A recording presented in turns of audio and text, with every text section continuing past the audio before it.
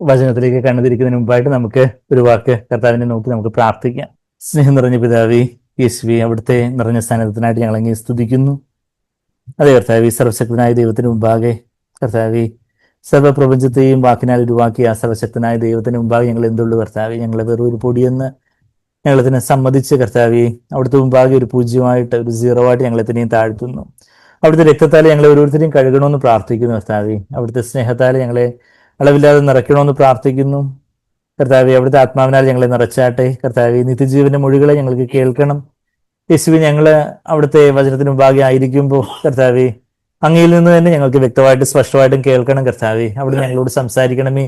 ഞങ്ങളുടെ ഓരോരുത്തരുടെയും ജീവിതത്തിന്റെ ആവശ്യങ്ങളും നിലവാരം, ഞങ്ങളുടെ കർത്താവെ ആത്മീയ നില എല്ലാം അവിടത്തേക്ക് അറിയാം കർത്താവെ. ഞങ്ങൾക്ക് എന്തെങ്കിലും കുറച്ച് കൂടുതൽ അറിവ് ലഭിക്കുന്നതിനല്ല, മറിച്ച് കർത്താവെ അങ്ങേ ആഴത്തിൽ അറിയുവാനും കർത്താവെ, അതിന് തടസ്സമായിട്ട് നിൽക്കുന്ന ഞങ്ങളുടെ ജീവിതത്തിലെ, ഞങ്ങളുടെ ജഡത്തിലെ, ഞങ്ങളുടെ സ്വയത്തിലെ പല പല കറകളൊക്കെ കർത്താവെ, അത് അവിടുത്തെ വെളിച്ചത്തിൽ കാണുവാനും മാനസാന്തരപ്പെടുവാനും കർത്താവെ, തിരുത്തേണ്ടടുത്ത് തിരുത്തുവാനും താഴേണ്ടടുത്ത് താഴുവാനും കർത്താവെ, അനുരഞ്ജനപ്പെടേണ്ടടുത്ത് അനുരഞ്ജനപ്പെടുവാനും എല്ലാം ഞങ്ങളെ സഹായിക്കണം കർത്താവെ. ഞങ്ങള് കർത്താവെ ചെലവഴിക്കുന്ന അവിടുത്തെ മുമ്പാകെ ചെലവഴിക്കുന്ന സമയം കർത്താവെ, അത് വൃഥാവായി പോകരുതെന്ന് ഞങ്ങൾ പ്രാർത്ഥിക്കുന്നു.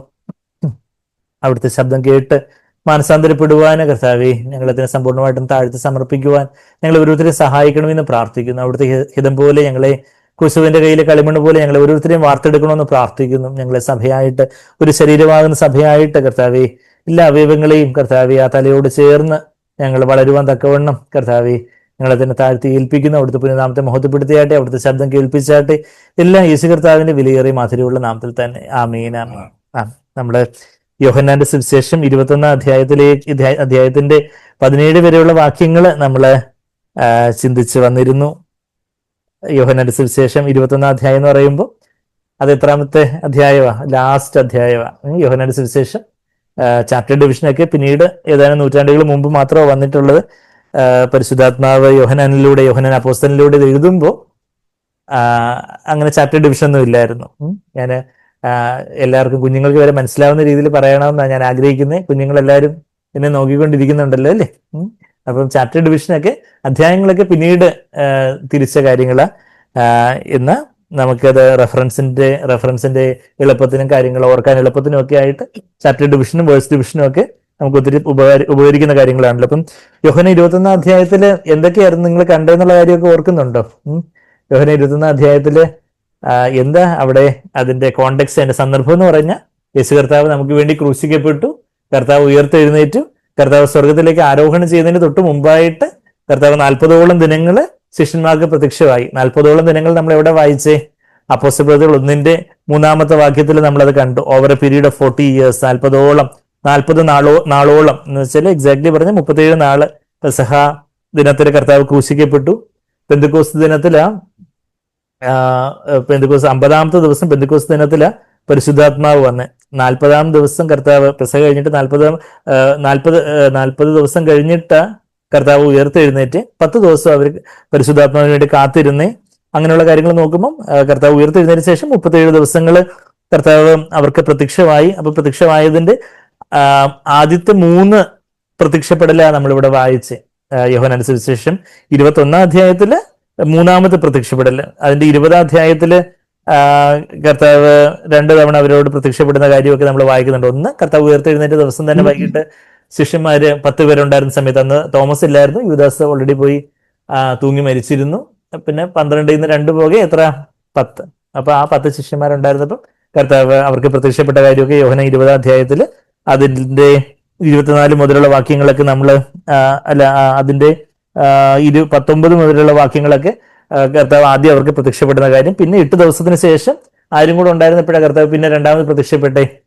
തോമസും കൂടെ ഉണ്ടായിരുന്ന സമയത്ത് കർത്താവ് വീണ്ടും പ്രത്യക്ഷപ്പെട്ടു. പിന്നെ 3ാമത് പ്രത്യക്ഷപ്പെടുന്ന രംഗമെന്നാണ് ഇവിടെ യോഹന്നാൻ 21 അധ്യായത്തില് അതിന്റെ 14-ാമത്തെ വാക്യം നമ്മൾ വായിച്ചപ്പോൾ, യേശു മരിച്ചവരിൽ നിന്ന് ഉയർത്തെഴുന്നേറ്റ ശേഷം ഇങ്ങനെ 3-ാം പ്രാവശ്യം ശിഷ്യന്മാർക്ക് പ്രത്യക്ഷനായി. അപ്പൊ 3-ാം പ്രാവശ്യം പ്രത്യക്ഷമാകുന്ന എപ്പോഴായിരുന്നു?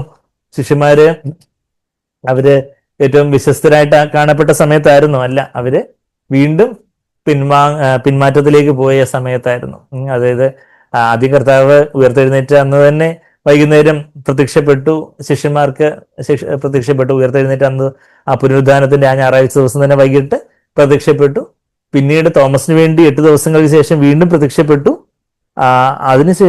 അതിനുശേഷവും ശിഷ്യന്മാർക്ക് കർത്താവ് വന്ന ഓരോ സമയത്ത് പരിശുദ്ധാത്മാവിനെ അവർക്ക് ഊതി നൽകുകയും നിങ്ങൾക്ക് സമാധാനം എന്നൊക്കെ പറയുകയും അവർക്ക് വലിയ ഉത്സാഹവും കാര്യങ്ങളൊക്കെ ആയിരുന്നു. എന്നാൽ പരിശുദ്ധാത്മാവിന്റെ ഒരു നിരന്തരമായിട്ടുള്ള ഒരു നിറയപ്പെടലിന്റെ ഒരു അനുഭവത്തിലേക്കൊന്നും അവർ വന്നിരുന്നില്ല. പരിശുദ്ധാത്മാവ് അവരുടെ ഉള്ളത്തിലേക്ക് വന്നിരുന്നില്ല.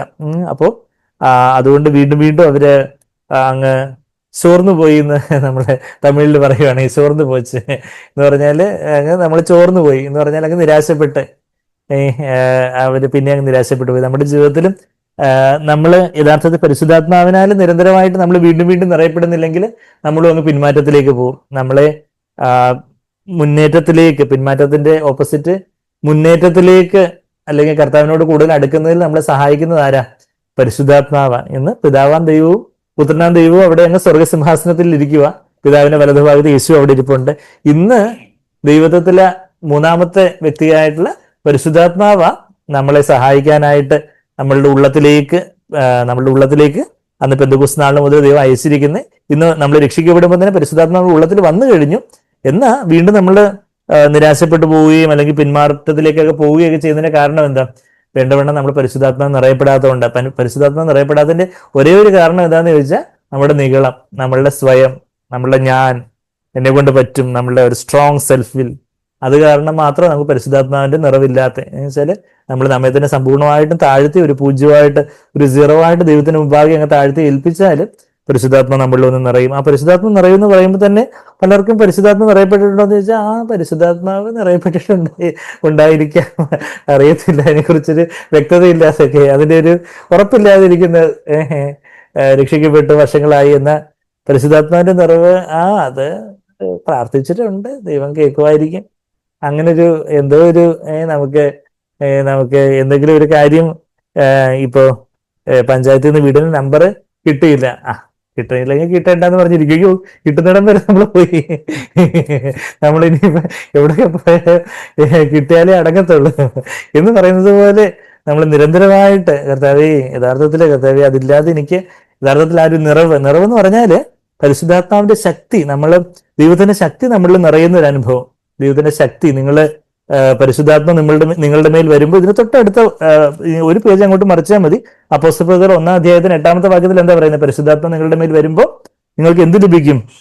ശക്തി ലഭിക്കും. അപ്പോൾ കർത്താവിന്റെ ശക്തി നമ്മളിൽ നിറയുന്ന ഒരു അനുഭവം, അത് എന്തെങ്കിലും ഒരു വികാരത്തിന്റെ തലത്തിലുള്ള എന്തെങ്കിലും ഒരു ഈ പെന്തക്കോസ്ത് കരിസ്മാറ്റിക് ഗോളങ്ങളിലൊക്കെ പരിശുദ്ധാത്മ നിറവെന്ന് പറഞ്ഞാൽ അവര് ഇങ്ങനെ ചാടിത്തുള്ളി ഇതുപോലെ കീബോർഡൊക്കെ ഉച്ചസ്ഥായിയിൽ വെച്ച് ബാൻഡ് മേളവും കാഹളവും ട്രംപറ്റും ഡ്രംസും എല്ലാം കൂടെ ഊതുമ്പോൾ എല്ലാരും കൂടെ ചാടിത്തുള്ളുമ്പോൾ എന്തോ ഇങ്ങനെ ഒരു ടിംഗ്ലിംഗ് മാതിരി, അവർക്കൊരു സ്പ്രിങ് ആക്ഷൻ മാതിരിയൊക്കെ തോന്നുന്നതിന് അവര് പരിശുദ്ധാത്മ നിറവെന്ന് വ്യാജമായിട്ട് അവര് അങ്ങനെയുള്ള കള്ളനാണയങ്ങള്, വ്യാജമായിട്ടുള്ള ഒത്തിരി കാര്യങ്ങളെല്ലാം ഉണ്ട്. അതൊന്നും പരിശുദ്ധാത്മ നിറവല്ല, അതൊക്കെ ജസ്റ്റ് വൈകാരികമായിട്ടുള്ള ഒരു ഇളക്കപ്പെരുപ്പം. അത് അക്രൈസ്തവരായിട്ടുള്ള ജാതികളുടെ ഇടയിലും അവരെയും തുള്ളിച്ചാടുമ്പോഴൊക്കെ അവർക്കും കുറെ എന്തൊക്കെയോ ആത്മാവ് വന്നോണൊക്കെയുള്ള കാര്യങ്ങളൊക്കെ, അതുപോലുള്ള കാര്യങ്ങളൊക്കെ അതൊക്കെ വെറും വൈകാരികമായിട്ടുള്ള ഇളക്കപ്പെരുപ്പം മാത്രമാണ്. അതൊക്കെ ഒരു വികാരത്തിന്റെ തലത്തിൽ, ദേഹിയുടെ തരത്തിലുള്ളതാണ്. എന്നാൽ യഥാർത്ഥത്തിൽ നമ്മളെ തന്നെ സമ്പൂർണ്ണമായിട്ട് സമർപ്പിച്ച് നമ്മളെ തന്നെ നമ്മളുടെ നിഗളമാണ് അതിന്റെ ഒരു കാരണം. നിഗളമാണ് കാരണം എന്ന് പറഞ്ഞതിന്റെ കാരണം ആ നിഗളത്തിൽ നിന്നാണ് ബാക്കി എല്ലാ കാരണങ്ങളും, അവിശ്വാസവും ബാക്കി ഒരു ദാഹമില്ലാത്ത അവസ്ഥയെല്ലാം വരുന്നത്. അപ്പൊ ആ ഒരു ദാഹത്തോടെ വിശ്വാസത്തോടെ നമ്മളെ തന്നെ സമ്പൂർണ്ണമായിട്ടും ദൈവമുമ്പാകെ അങ്ങ് താഴ്ത്തി ഏൽപ്പിക്കുകയാണെങ്കിൽ പരിശുദ്ധാത്മാവിന്റെ ഒരു ശക്തിയുടെ ഒരു അനുഭവം. അപ്പൊ ആ ഒരു ശക്തിയുടെ അനുഭവം അന്ന് അവർക്ക് വേണ്ടത്ര ഇല്ലാതിരുന്നതുകൊണ്ട് അവർ വീണ്ടും വീണ്ടും പിന്മാറ്റത്തിലേക്ക് പോയിക്കൊണ്ടിരുന്നത്. അതാ യോഹന്നാൻ 1:8 നമ്മൾ എന്താ വായിച്ചത്? അപ്പോസ്തലപ്രവൃത്തി 1:8 എന്നാൽ പരിശുദ്ധാത്മ നിങ്ങളുടെ മേൽ വരുമ്പോൾ നിങ്ങൾ ശക്തി ലഭിച്ചിട്ട് യെരുശലേമിലും യഹൂദിയിലും എല്ലായിടത്തും ശമരിയിലും ഭൂമിയുടെ അറ്റത്തോളം എന്റെ സാക്ഷികളാകും. ആ ഒരു യു ഷൽ റിസീവ് പവർ, നിങ്ങൾക്ക് ശക്തി ലഭിക്കും. ആ ഒരു പരിശുദ്ധാത്മാവിന്റെ ഒരു പാപത്തെ ജയിക്കാനുള്ള ശക്തി, കർത്താവിന്റെ സാക്ഷിയാകാനുള്ള ഒരു ശക്തി, പാരമ്പര്യത്തെയും പാപത്തിനും ഒക്കെ എതിരായിട്ട്, അതായത് എന്തോ കാര്യം പറഞ്ഞപ്പോ എന്തെങ്കിലുമൊക്കെ give me a tradition I will break it എന്ന് സാക്ബർ പറയുന്നത് പോലെ ഇന്ന് സാക്ബറിന്റെ 86ാമത്തെ ബർത്ത്ഡേ ആണ്, നവംബർ 5-ാം തീയതി. അപ്പൊ ഇത് നമുക്ക് സഭയിൽ ഈ സഭനെ തന്നിട്ട് 86 വർഷങ്ങളായി ഭൂമിയിൽ ദൈവം ഒരു ദൈവദാസനെ അയച്ചിട്ട്. അപ്പൊ ഞാൻ പറഞ്ഞു വെച്ചാൽ give me a tradition I will break it എന്ന് വെച്ചാൽ എന്തെങ്കിലുമൊക്കെ ഒരു പാരമ്പര്യം, എന്തെങ്കിലുമൊക്കെ യുനോ വചനത്തിൽ ഇല്ലാത്ത തരത്തിലുള്ള എന്തെങ്കിലുമൊക്കെ പല പാരമ്പര്യങ്ങളോ പാപത്തിൻ്റെതായ ശക്തിയോ എല്ലാം ജയിക്കാനുള്ള ശക്തി. അതാ ശക്തി എന്ന് പറയുമ്പോൾ ഇങ്ങനെ തുള്ളിച്ചാടി ഇങ്ങനെ എന്താ മറ്റേ പെന്തക്കോസ്ത് കരിസ്മാറ്റിക് കുളങ്ങൾ, ഞാൻ ഈ പരിശുദ്ധാത്മന്റെ കാര്യം പറയുമ്പോൾ പെന്തക്കോസ്ത് കരിസ്മാറ്റിക് കുളങ്ങൾ എടുത്ത് പറഞ്ഞതിന് ഒരു കാരണം അങ്ങനെ അല്ല, അതല്ല നമ്മൾ ഉദ്ദേശിക്കുന്നതെന്ന് പറയാൻ വേണ്ടി, അല്ലാതെ നമ്മൾ വേറെ ആരും കല്ലെറിയാൻ വേണ്ടിയല്ല, മറിച്ച് അതല്ല അതുവേ ഇതുറയാന്ന് പറയാൻ വേണ്ടി, അത് ഇതും വേറെയാന്ന് പറയാൻ വേണ്ടിയാണ് നമ്മൾ പറയുന്നത്. അത് അവര് വിധിക്കാനല്ല, മറിച്ച് അവര് നീതിയോട് വിധിക്കാൻ കർത്താവ് പറയുന്നുണ്ട് യോഹന്നാൻ 7:24. അതായത് വിവേചിക്കാൻ വേണ്ടിയാണ് നമ്മളത് പറയുന്നത്.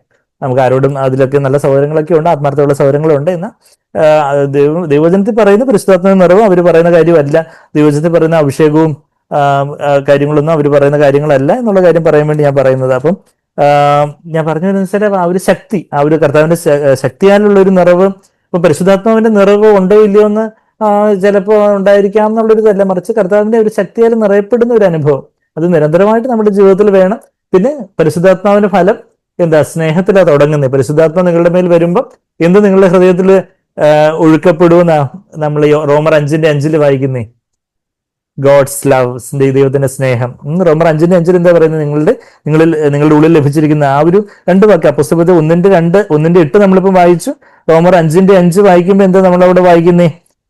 റോമർ 5:5 ഇങ്ങനെ വായിക്കുന്നേ, പ്രത്യാശയ്ക്ക് ഭംഗം വരുന്നില്ല. നമുക്ക് ദൈവം തന്നിട്ടുള്ള ഒരു പ്രത്യാശയ്ക്ക്, കർത്താവിനെ പോലെ ആയിത്തീരുന്നുള്ള ഒരു പ്രത്യാശയ്ക്ക് ഭംഗം വരാതെ വണ്ണം എന്താ സംഭവിച്ചിരിക്കുന്നത്? ദൈവത്തിന്റെ സ്നേഹം നമുക്ക് നൽകപ്പെട്ട പരിശുദ്ധാത്മാവിനാൽ, ദൈവത്തിന്റെ ആ സ്നേഹം നമ്മളിപ്പം പാടി, മഹാത്ഭുതമേ കാൽവരിയിൽ കാണുന്ന സ്നേഹം, ആ ദൈവത്തിന്റെ സ്നേഹം, ആ കാൽവരിയിൽ കാണുന്ന മഹാത്ഭുതമായിട്ടുള്ള വലിയൊരു ലോക മഹാത്ഭുതങ്ങളൊക്കെ എന്നൊക്കെ പറഞ്ഞ ആൾക്കാർ പല പല കാര്യങ്ങൾ പറയുന്നുണ്ട്. എന്നാൽ അതൊക്കെ ഒന്നുമല്ല കർത്താവിന്റെ ആ മഹാത്ഭുതമായിട്ടുള്ള സ്നേഹത്തെ കാണുമ്പോൾ. ആ ദൈവത്തിന്റെ സ്നേഹം നമുക്ക് നൽകപ്പെട്ട പരിശുദ്ധാത്മാവിനാൽ നമ്മുടെ ഹൃദയങ്ങളിൽ പകർന്നിരിക്കുന്നുവല്ലോ. Flooded in our hearts, poured out in our hearts to the Holy Spirit who has been given to us. അപ്പം പരിശുദ്ധാത്മ നമ്മൾ നിറയുമ്പോൾ ദൈവത്തിന്റെ ശക്തി നിറയും. നമ്മൾ എവിടെ കണ്ട്? അപ്പോസ്തലപ്രവൃത്തി 1:8 കണ്ടു.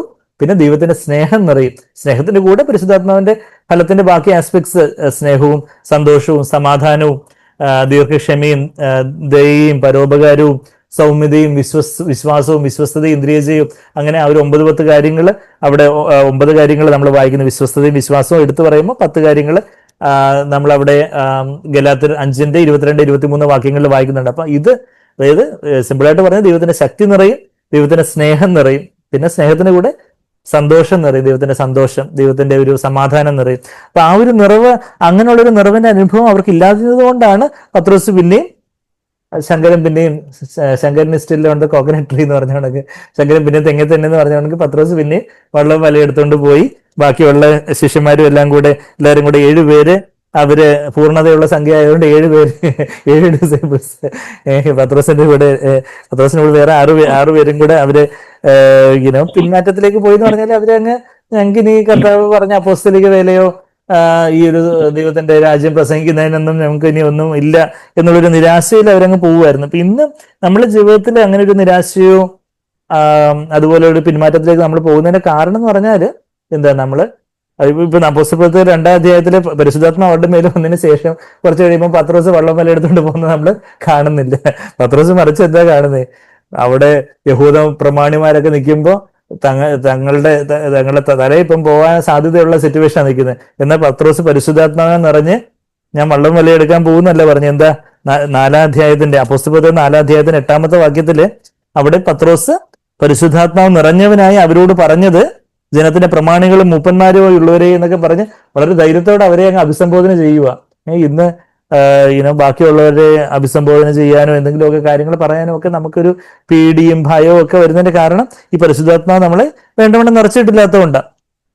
അത് കഴിഞ്ഞിട്ട് അതിന്റെ തൊട്ട് താഴെ വായിക്കും, അതിന്റെ 12-ാമത്തെ വാക്യം, അപ്പോസ്തലപ്രവൃത്തി 4:12 ഞാൻ വായിക്കുന്നത്. മറ്റൊരുത്തിനും രക്ഷയില്ല, നാം രക്ഷിക്കപ്പെടുവാൻ ആകാശത്തിന് കീഴിൽ മനുഷ്യരുടെ ഇടയിൽ നൽകപ്പെട്ട വേറൊരു നാമവും ഇല്ല എന്ന് ധൈര്യത്തോടെ പറയാന് പത്രോസ് എങ്ങനെ കഴിഞ്ഞ്? പത്രോസ് അതുവരെ അടച്ചിട്ട മുറിയില് വാതിലൊക്കെ അടച്ചിട്ട് ഭദ്രമായിട്ട് ആരെങ്കിലും വന്ന് കൊട്ടുവോ എന്നൊക്കെ പേടിച്ച് ആരെങ്കിലും വന്ന് കൊട്ടുമ്പോഴത്തേക്ക് അയ്യോ യഹൂദന്മാരെന്നെ ക്രൂശിക്കാൻ പത്രോസ് ഏറ്റവും അധികം, നമ്മളിപ്പോ ഇങ്ങോട്ട് താഴോട്ട് വരുമ്പോ പത്രോസ് വളരെ പേടിച്ചിരുന്നൊരു കാര്യം എന്തായിരുന്നു? ക്രൂശിലേക്ക് പോകുന്നതായിരുന്നു. എന്നാ ഇങ്ങനെ കർത്താവ് ക്രൂശിലേക്ക് പോകുന്നെന്ന് പറഞ്ഞപ്പോഴത്തേക്ക് തന്നെ പത്രോസ് എന്ത് പറഞ്ഞു? അയ്യോ കർത്താവ്, ഗുരുവേ അങ്ങേക്ക് അങ്ങനൊന്നും പറ്റത്തില്ല, അങ്ങനത്തെ, അയ്യോ അങ്ങനൊന്നും സംഭവിക്കല്ലേ, ഇങ്ങനൊന്നും പറയല്ലേ. എന്നുവെച്ചാൽ ക്രൂശിക്കപ്പെടുക എന്ന് പറഞ്ഞാൽ അന്ന് റോമൻ ഗവൺമെന്റ് കീഴിലുള്ള ഏറ്റവും നിന്ദ്യമായിട്ടുള്ള ശിക്ഷയാണ് ക്രൂശ് മരണം. അപ്പോൾ കർത്താവ് ഈ ക്രൂസിന്റെ കാര്യമൊക്കെ പറഞ്ഞപ്പോഴത്തേക്കും മത്തായി 16 അധ്യായത്തില് ഞാൻ എന്തിനാ ഈ പറയുന്നതെന്ന് വെച്ചാല് ഇനിയിപ്പോ നമ്മൾ താഴോട്ട് വായിക്കാൻ പോകുന്ന സിറ്റുവേഷനിലെ പത്രോസിനോട് കർത്താവ് നിനക്ക് ഇഷ്ടമില്ലാത്ത ഇടങ്ങളിലേക്ക് നിന്നെ കൊണ്ടുപോകുമെന്ന് പറയുമ്പം താൻ മരിക്കാനുള്ള വിധത്തെക്കുറിച്ചാണ് പറയുന്നതിന്റെ തൊട്ട് താഴെ നമ്മൾ വായിക്കുമ്പം ആ ക്രൂസിലേക്ക് നീ ഏത് ക്രൂസിനെയാണോ നീ വെറുക്കുകയും പകയ്ക്കുകയും ഇഷ്ടപ്പെടാതിരിക്കുകയും ചെയ്ത് ആ ക്രൂസിനെ നീ സ്നേഹത്തോടെ ശക്തിയോടെ ആലിംഗനം ചെയ്യുന്ന ഒരു സമയം വരുമെന്ന് കർത്താവ് അവിടെ പ്രവചിക്കുക. നമ്മൾ മത്തായി 16 അധ്യായത്തിൽ നമ്മൾ വായിക്കുവാണെങ്കിൽ അവിടെ പത്രോസിന് ദൈവം നൽകിയ വെളിപ്പാടിനെ, പിതാവ് നൽകിയ വെളിപ്പാടിനെയൊക്കെ യേശു കർത്താവ് വളരെ പ്രശംസിച്ചൊക്കെ പറഞ്ഞ് പത്രോസ് കുറച്ചങ്ങ് നിഗളിച്ചു പോയി. അത് കഴിഞ്ഞിട്ട് എനിക്കിനി യേശുവിനെ വരെ ഉപദേശിക്കാൻ പറ്റും എന്നൊക്കെ വിചാരിച്ചു. അപ്പം താൻ ക്രൂശിക്കപ്പെടാൻ പോവാന്നൊക്കെ 21-ാമത്തെ വാക്യം, മത്തായി 16 അധ്യായത്തിന് 21-ാമത്തെ വാക്യത്തില് അവിടെ താൻ പല കാര്യങ്ങൾ അതായത് അന്ന് മുതൽ യേശു മത്തായി 16 മാത്യു 16:21 16 അധ്യായത്തിന് 21-ാമത്തെ വാക്യത്തിൽ താൻ യെരുശലേമിൽ ചെന്നിട്ട് മൂപ്പന്മാർ, മഹാപുരോഹിതന്മാർ, ശാസ്ത്രിമാർ എന്നിവർ പലതും സഹിച്ച് കൊല്ലപ്പെടുകയും 3-ാം നാൾ ഉയർത്തെഴുന്നേൽക്കുകയും വേണ്ടത് എന്ന് ശിഷ്യന്മാരോട് പ്രസ്താവിച്ചു തുടങ്ങി. പത്രോസ് അവനെ വേറിട്ട് കൊണ്ടുപോയി. പത്രോസ് പെട്ടെന്ന് കർത്താവിന് ഒരു പേഴ്സണൽ കൗൺസിലിംഗ് നൽകാമെന്ന് പറഞ്ഞുകൊണ്ട് പെട്ടെന്ന് വേറിട്ട് കൊണ്ടുപോയി, കർത്താവേ അതരുതേ, നിനക്ക് അങ്ങനെ ഭവിക്കരുതേ എന്ന് ശാസിച്ചു തുടങ്ങി. പത്രോസ് അത്രമാത്രം, ഞാൻ കർത്താവിനോടുള്ള ഏറ്റവും സ്നേഹത്തിൽ എനിക്ക് വലിയ സ്വർഗത്തിൽ നിന്ന് വെളിപ്പാടൊക്കെ ഉള്ളവനാ. അപ്പൊ അതുകൊണ്ട് ഇനിയിപ്പം ഈ അഭിഷിക്തനെ ശാസിക്കാൻ ഞാൻ പറ്റും എന്നുള്ള ഒരു നിഗളത്തിലേക്കൊക്കെ അവൻ വീണ്. അപ്പോഴത്തേക്കും അവനെന്താ പറഞ്ഞേ, ഈ ക്രൂസിലേക്കുള്ള ഈ ക്രൂസിൽ നിന്ന് നിനക്ക് ഭവിക്കരുത്, നീ ഇങ്ങനെ കൊല്ലപ്പെടുകയൊക്കെ ചെയ്യുന്നത് അധികം ഒന്നും പാടില്ല എന്ന് പറഞ്ഞപ്പോൾ ഗെറ്റ് ബിഹൈൻഡ് മീ സേറ്റൻ, സാത്താനെ എന്നെ വിട്ടുപോ എന്നാണ് കർത്താവ് പറഞ്ഞത്. 23-ാമത്തെ വാക്യം, മത്തായി 16:23 വാക്യം, സാത്താനെ എന്നെ വിട്ടുപോ, നീ എനിക്ക് ഇടർച്ചയാകുന്നു, നീ ദൈവത്തിന്റെ അല്ല മനുഷ്യരുടെ അത്രേ കരുതുന്നത് എന്ന് പറഞ്ഞു. അപ്പം പത്രോസ് ഏത് ക്രൂശിനെ, അപ്പൊ കർത്താവ് പോലും ക്രൂശിൽ പോകുന്നത് പത്രോസിന് ഇഷ്ടമല്ലായിരുന്നു. അത് കഴിഞ്ഞിട്ട് പത്രോസ് 3 തവണ തള്ളി പറഞ്ഞ് എന്തിനാ തള്ളി പറഞ്ഞില്ലായിരുന്നു, എനിക്ക് യേശുവിനെ അറിയാന്ന് പറഞ്ഞതെങ്കിൽ പത്രോസിനെ പിടിച്ച് ക്രൂശിച്ചതിനെ പേടിച്ച. എന്നാൽ അതേ ക്രൂശിലേക്കാണ് പത്രോസിന്റെ മരണസമയത്ത് പത്രോസിനെ ദൈവം നയിക്കാൻ പോകുന്നതെന്നുള്ള കാര്യമാണ്. പിന്നെ താഴോട്ട് നമ്മൾ വായിക്കുമ്പോൾ നമ്മൾ തിരിച്ച് യോഹന്നാൻ 21-ാം അധ്യായത്തിലേക്ക് വരുമ്പം, നീ ഇഷ്ടമില്ലാത്ത ഇടത്തിലേക്ക് കൊണ്ടുപോയി നീ അന്ന് 18-ാമത്തെ വാക്യം, യോഹന്നാൻ 21-ാം അധ്യായത്തിന്റെ 18-ാമത്തെ വാക്യം, ആമീൻ ആമീൻ ഞാൻ നിന്നോട് പറയുന്നു, നീ യൗവനക്കാരനായിരുന്നപ്പോ, എന്നുവെച്ചാൽ നീ ഇതുവരെ യൗവനക്കാരനായിരുന്നു, നിന്റെ ആത്മീയമായിട്ടുള്ള അപക്വമായിട്ടുള്ള ആ ഒരു നിലയിൽ നീ തന്നെ അരകെട്ടി ഇഷ്ടമുള്ളിടത്ത് നടന്നു, നിനക്ക് ഇഷ്ടമുള്ളതുപോലെയൊക്കെ നീ കാര്യമൊക്കെ ചെയ്തു, നിന്റെ സ്വാതന്ത്ര്യവും കാര്യങ്ങളൊക്കെ ഉണ്ടായിരുന്നു. എന്നാൽ വയസ്സനായ ശേഷമോ എന്ന് വെച്ചാൽ ആത്മീയമായിട്ടുള്ള ഒരു പക്വതയിലേക്ക് വരുമ്പോൾ നീ കൈ നീട്ടുകയും എന്ന് പറഞ്ഞാല് കൈ നീട്ടി മറ്റൊരുത്തൻ നിന്റെ അരകെട്ടി, എന്ന് വെച്ചാൽ നിനക്ക് അത്രമാത്രം ഒരു ബലമില്ല. അപ്പം ദൈവം തന്നെ നിന്റെ അരകെട്ടി, പരിശുദ്ധാത്മാവ് നിന്റെ അരകെട്ടി നിന്നെ നിനക്ക് ഇഷ്ടമില്ലാത്ത ഇടത്തേക്ക് നിന്നെ കൊണ്ടുപോവുകയും ചെയ്യും എന്ന് പറഞ്ഞു. അതിനാൽ അവൻ ഇന്നവിധം മരണം കൊണ്ട് ദൈവത്തെ മഹത്വപ്പെടുത്തും എന്ന് അവൻ സൂചിപ്പിച്ചു. ഇത് പറഞ്ഞിട്ട് എന്നെ അനുഗമിക്കുക എന്ന് അവനോട് പറഞ്ഞു. അപ്പം എങ്ങനെ മരണം കൊണ്ട് എങ്ങനെ മഹത്വപ്പെടുത്തുന്നുള്ളൊരു കാര്യമാണ് എന്ന് അവൻ സൂചിപ്പിച്ചു എന്ന് പറയുമ്പോൾ, കർത്താവ് ഇത് AD 30-ലാണ് ഇത് പറഞ്ഞെങ്കിൽ, ഇത് പറഞ്ഞതിന് 34 വർഷത്തിന് ശേഷമാണ് പത്രോസ് തലകീഴായിട്ട് ക്രൂശിക്കപ്പെടുന്നതെന്നാണ് ചരിത്രം പറയുന്നത്. വെച്ചാല് ആ ക്രൂശിനെ പത്രോസ് ഒട്ടും ഇഷ്ടപ്പെട്ടില്ലായിരുന്നു. തനിക്കോ തന്റെ ഗുരുവിനോ ക്രൂശ് ഒരിക്കലും പാടില്ല, ക്രൂശിലേക്ക് പോകരുതേ എന്നൊക്കെ പറഞ്ഞ്, അരുതേ എന്നൊക്കെ പറഞ്ഞ് ശാസിക്കുന്ന കാര്യമൊക്കെ നമ്മളിവിടെ മത്തായി 16 ഇപ്പം കണ്ടു. എന്നാൽ അത് സാത്താന്റെ ശബ്ദമാണ് നീ ഇപ്പോ നിന്റെ വായിലൂടെ വരുന്നതെന്നുള്ള കാര്യമൊക്കെ കർത്താവ് വളരെ ശാസിച്ച് അവനോട് പറഞ്ഞു. അതിനുശേഷവും കർത്താവ് ക്രൂസിലേക്ക് പോകുമ്പോൾ താനും കൂടെ തള്ളി പറഞ്ഞില്ലെങ്കിൽ താനും കൂടെ ക്രൂശിക്കപ്പെടും എന്നുള്ള പേടിച്ച് അവൻ തള്ളി പറഞ്ഞു. 3 തവണ, ഒരു തവണയല്ല 3 തവണ തള്ളി പറഞ്ഞു. എന്നാ അവന് ഏത് ക്രൂസിനെ ഇഷ്ടപ്പെട്ടില്ല, ആ ക്രൂസിലേക്ക് അവസാനം അവൻ യൗവനക്കാരനായിരുന്നപ്പോൾ അവന് ഇഷ്ടമുള്ളതുപോലെയൊക്കെ അവനങ്ങ് പോയി. എന്നാൽ വയസ്സനായ ശേഷം അവന് ഇഷ്ടമില്ലാത്ത ഇടങ്ങളിലേക്ക് അത് കർത്താവ് മരണം കൊണ്ട്, ഏതു തരത്തിലുള്ള മരണം കൊണ്ട് മഹത്വപ്പെടുത്തും എന്ന് പറയുമ്പോൾ, അക്ഷരികമായിട്ടുള്ള പത്രോസിന്റെ മരണം നമ്മൾ ചരിത്രത്തിൽ വായിക്കുന്നത് എന്താ, AD 64 AD ഒക്കെ ആയപ്പോൾ പത്രോസിനെ 64 AD ഒക്കെ ആയപ്പോൾ പത്രോസിനെ അവരെ ക്രൂശിക്കാൻ വേണ്ടി നിന്റെ ഗുരു ക്രൂശിക്കപ്പെട്ടതാണല്ലോ, അപ്പൊ അതുകൊണ്ട് നീയും നീറോ ചക്രവർത്തിയുടെ കീഴിൽ ആ ഒരു ഭരണത്തില് ക്രിസ്ത്യാനികളെ ക്രൂശിക്കുന്നതിന്റെ കൂട്ടത്തിൽ നീയും ഇനി നിന്നെ ഞങ്ങൾ ക്രൂശിക്കാൻ പോവുകയാണ്, നീ യേശുവിനെ തള്ളി പറഞ്ഞ നിനക്ക് രക്ഷപ്പെടാം. പക്ഷെ പത്രോസ് കർത്താവിന് വേണ്ടി ഉറച്ചു നിന്നു. അപ്പോൾ അവര് ക്രൂശിക്കാൻ തുടങ്ങിയപ്പോൾ പത്രോസ് പറഞ്ഞു, അയ്യോ എൻ്റെ അരുമനാഥൻ ക്രൂശില് ക്രൂശിക്കപ്പെടും വിധം ക്രൂശിക്കപ്പെടാൻ എനിക്ക് യോഗ്യതയില്ല, അതുകൊണ്ട് ഞാൻ ആ കാൽപാദത്തെങ്കില് ഞാൻ മുത്തും മണ്ണ എന്നെ തലകീഴായിട്ട് ക്രൂശിച്ചാൽ മതി എന്ന് പത്രോസ് പറയുകയും അങ്ങനെ തലകീഴായിട്ടാണ് പത്രോസിനെ ക്രൂശിച്ചതെന്നാണ് ചരിത്രകാരന്മാർ പറയുന്നത്. അപ്പം അങ്ങനെയുള്ള അപ്പൊ അന്ന് തന്റെ യൗവനകാലത്ത് ക്രൂശിൽ നിന്ന് രക്ഷപ്പെടാൻ വേണ്ടി കർത്താവിനെ ശാസിക്കുകയും ഒന്നാണ് തള്ളിപ്പറയുകയും എല്ലാം ചെയ്തു. എന്നാൽ താൻ ആത്മീയമായിട്ടുള്ള ഒരു പക്വതയിലേക്ക് വരുന്നതിനനുസരിച്ച് ക്രൂശിന്റെ ആ ഒരു വഴി പത്രോസിന് ഏറ്റവും പ്രിയപ്പെട്ടതായി മാറി. താൻ ക്രൂശിക്കപ്പെടാൻ വേണ്ടി തന്നെ സന്തോഷത്തോടെ ഏൽപ്പിച്ചു നൽകുന്ന ആ ഒരു പത്രോസിന്റെ ആ ഒരു ആക്ഷരികമായിട്ടുള്ളൊരു മരണം, പിന്നെ ആത്മീയമായിട്ടുള്ള അർത്ഥത്തില് പത്രോസിന്റെ ജീവിതത്തിൽ ഉടനീളം പിന്നീട് എന്തുണ്ടായിരുന്നു, ഒരു ജഡത്തിലുള്ള ഒരു മരണം ഉണ്ടായിരുന്നു. ഏതു വിധത്തിലുള്ള മരണത്താല് മഹത്വപ്പെടുത്തും എന്ന് പറയുമ്പോൾ നമ്മൾ ഇന്നും നമ്മളുടെ എവിടെ മരണം സംഭവിക്കേണ്ടതായിട്ടുള്ള നമ്മളുടെ സ്വയത്തിൽ, അതായത് നമുക്കുണ്ട് ആത്മാവുണ്ട്, ദേഹിയുണ്ട്, ദേഹമുണ്ട്. ദേഹത്തിന്റെ മരണം കർത്താവ് വരുമ്പോഴോ ദേഹം പുനരുദ്ധാന ശരീരമായിട്ട് മാറും, അല്ലെങ്കിൽ അതിനു മുമ്പേ കർത്താവ് നമ്മളെ വിളിക്കുവാണെങ്കിൽ കർത്താവിന്റെ സമയത്ത് ദേഹത്തിന്റെ മരണം സംഭവിക്കും. എന്നാൽ ആത്മാവിലോ ദേഹിയിലോ അല്ല, എന്നാൽ ആത്മാവിനെയും ദേഹിയെയും തിരിക്കുന്ന ഒരു ജഡമാകുന്ന ഒരു തിരശ്ശീലയുണ്ട്. ജഡം എന്ന് പറഞ്ഞാൽ നമ്മുടെ ജഡമാകുന്ന തിരശ്ശീല എന്നൊക്കെയാണ് നമ്മളവിടെ അതിപരിശുദ്ധ സ്ഥലത്തെയും പരിശുദ്ധ സ്ഥലത്തെ അല്ലെങ്കിൽ അതിവിശുദ്ധ സ്ഥലത്തെയും വിശുദ്ധ സ്ഥലത്തെയും തിരിച്ച് തിരശ്ശീലയോടാണ് നമ്മുടെ ജഡത്തെ, നമ്മുടെ സ്വയത്തെ അവിടെ എബ്രായർ 10-ാം അധ്യായത്തിന് 19-20 വാക്യങ്ങളിൽ ഉപമിക്കുന്നത്. അപ്പൊ അവിടെ ദേഹമാകുന്ന തിരശ്ശീല എന്ന് സത്യവേദ പുസ്തകത്തിലെ തെറ്റായിട്ടുള്ള പരിഭാഷയാണ്, നമ്മളിപ്പോഴും പറയാറുണ്ട്.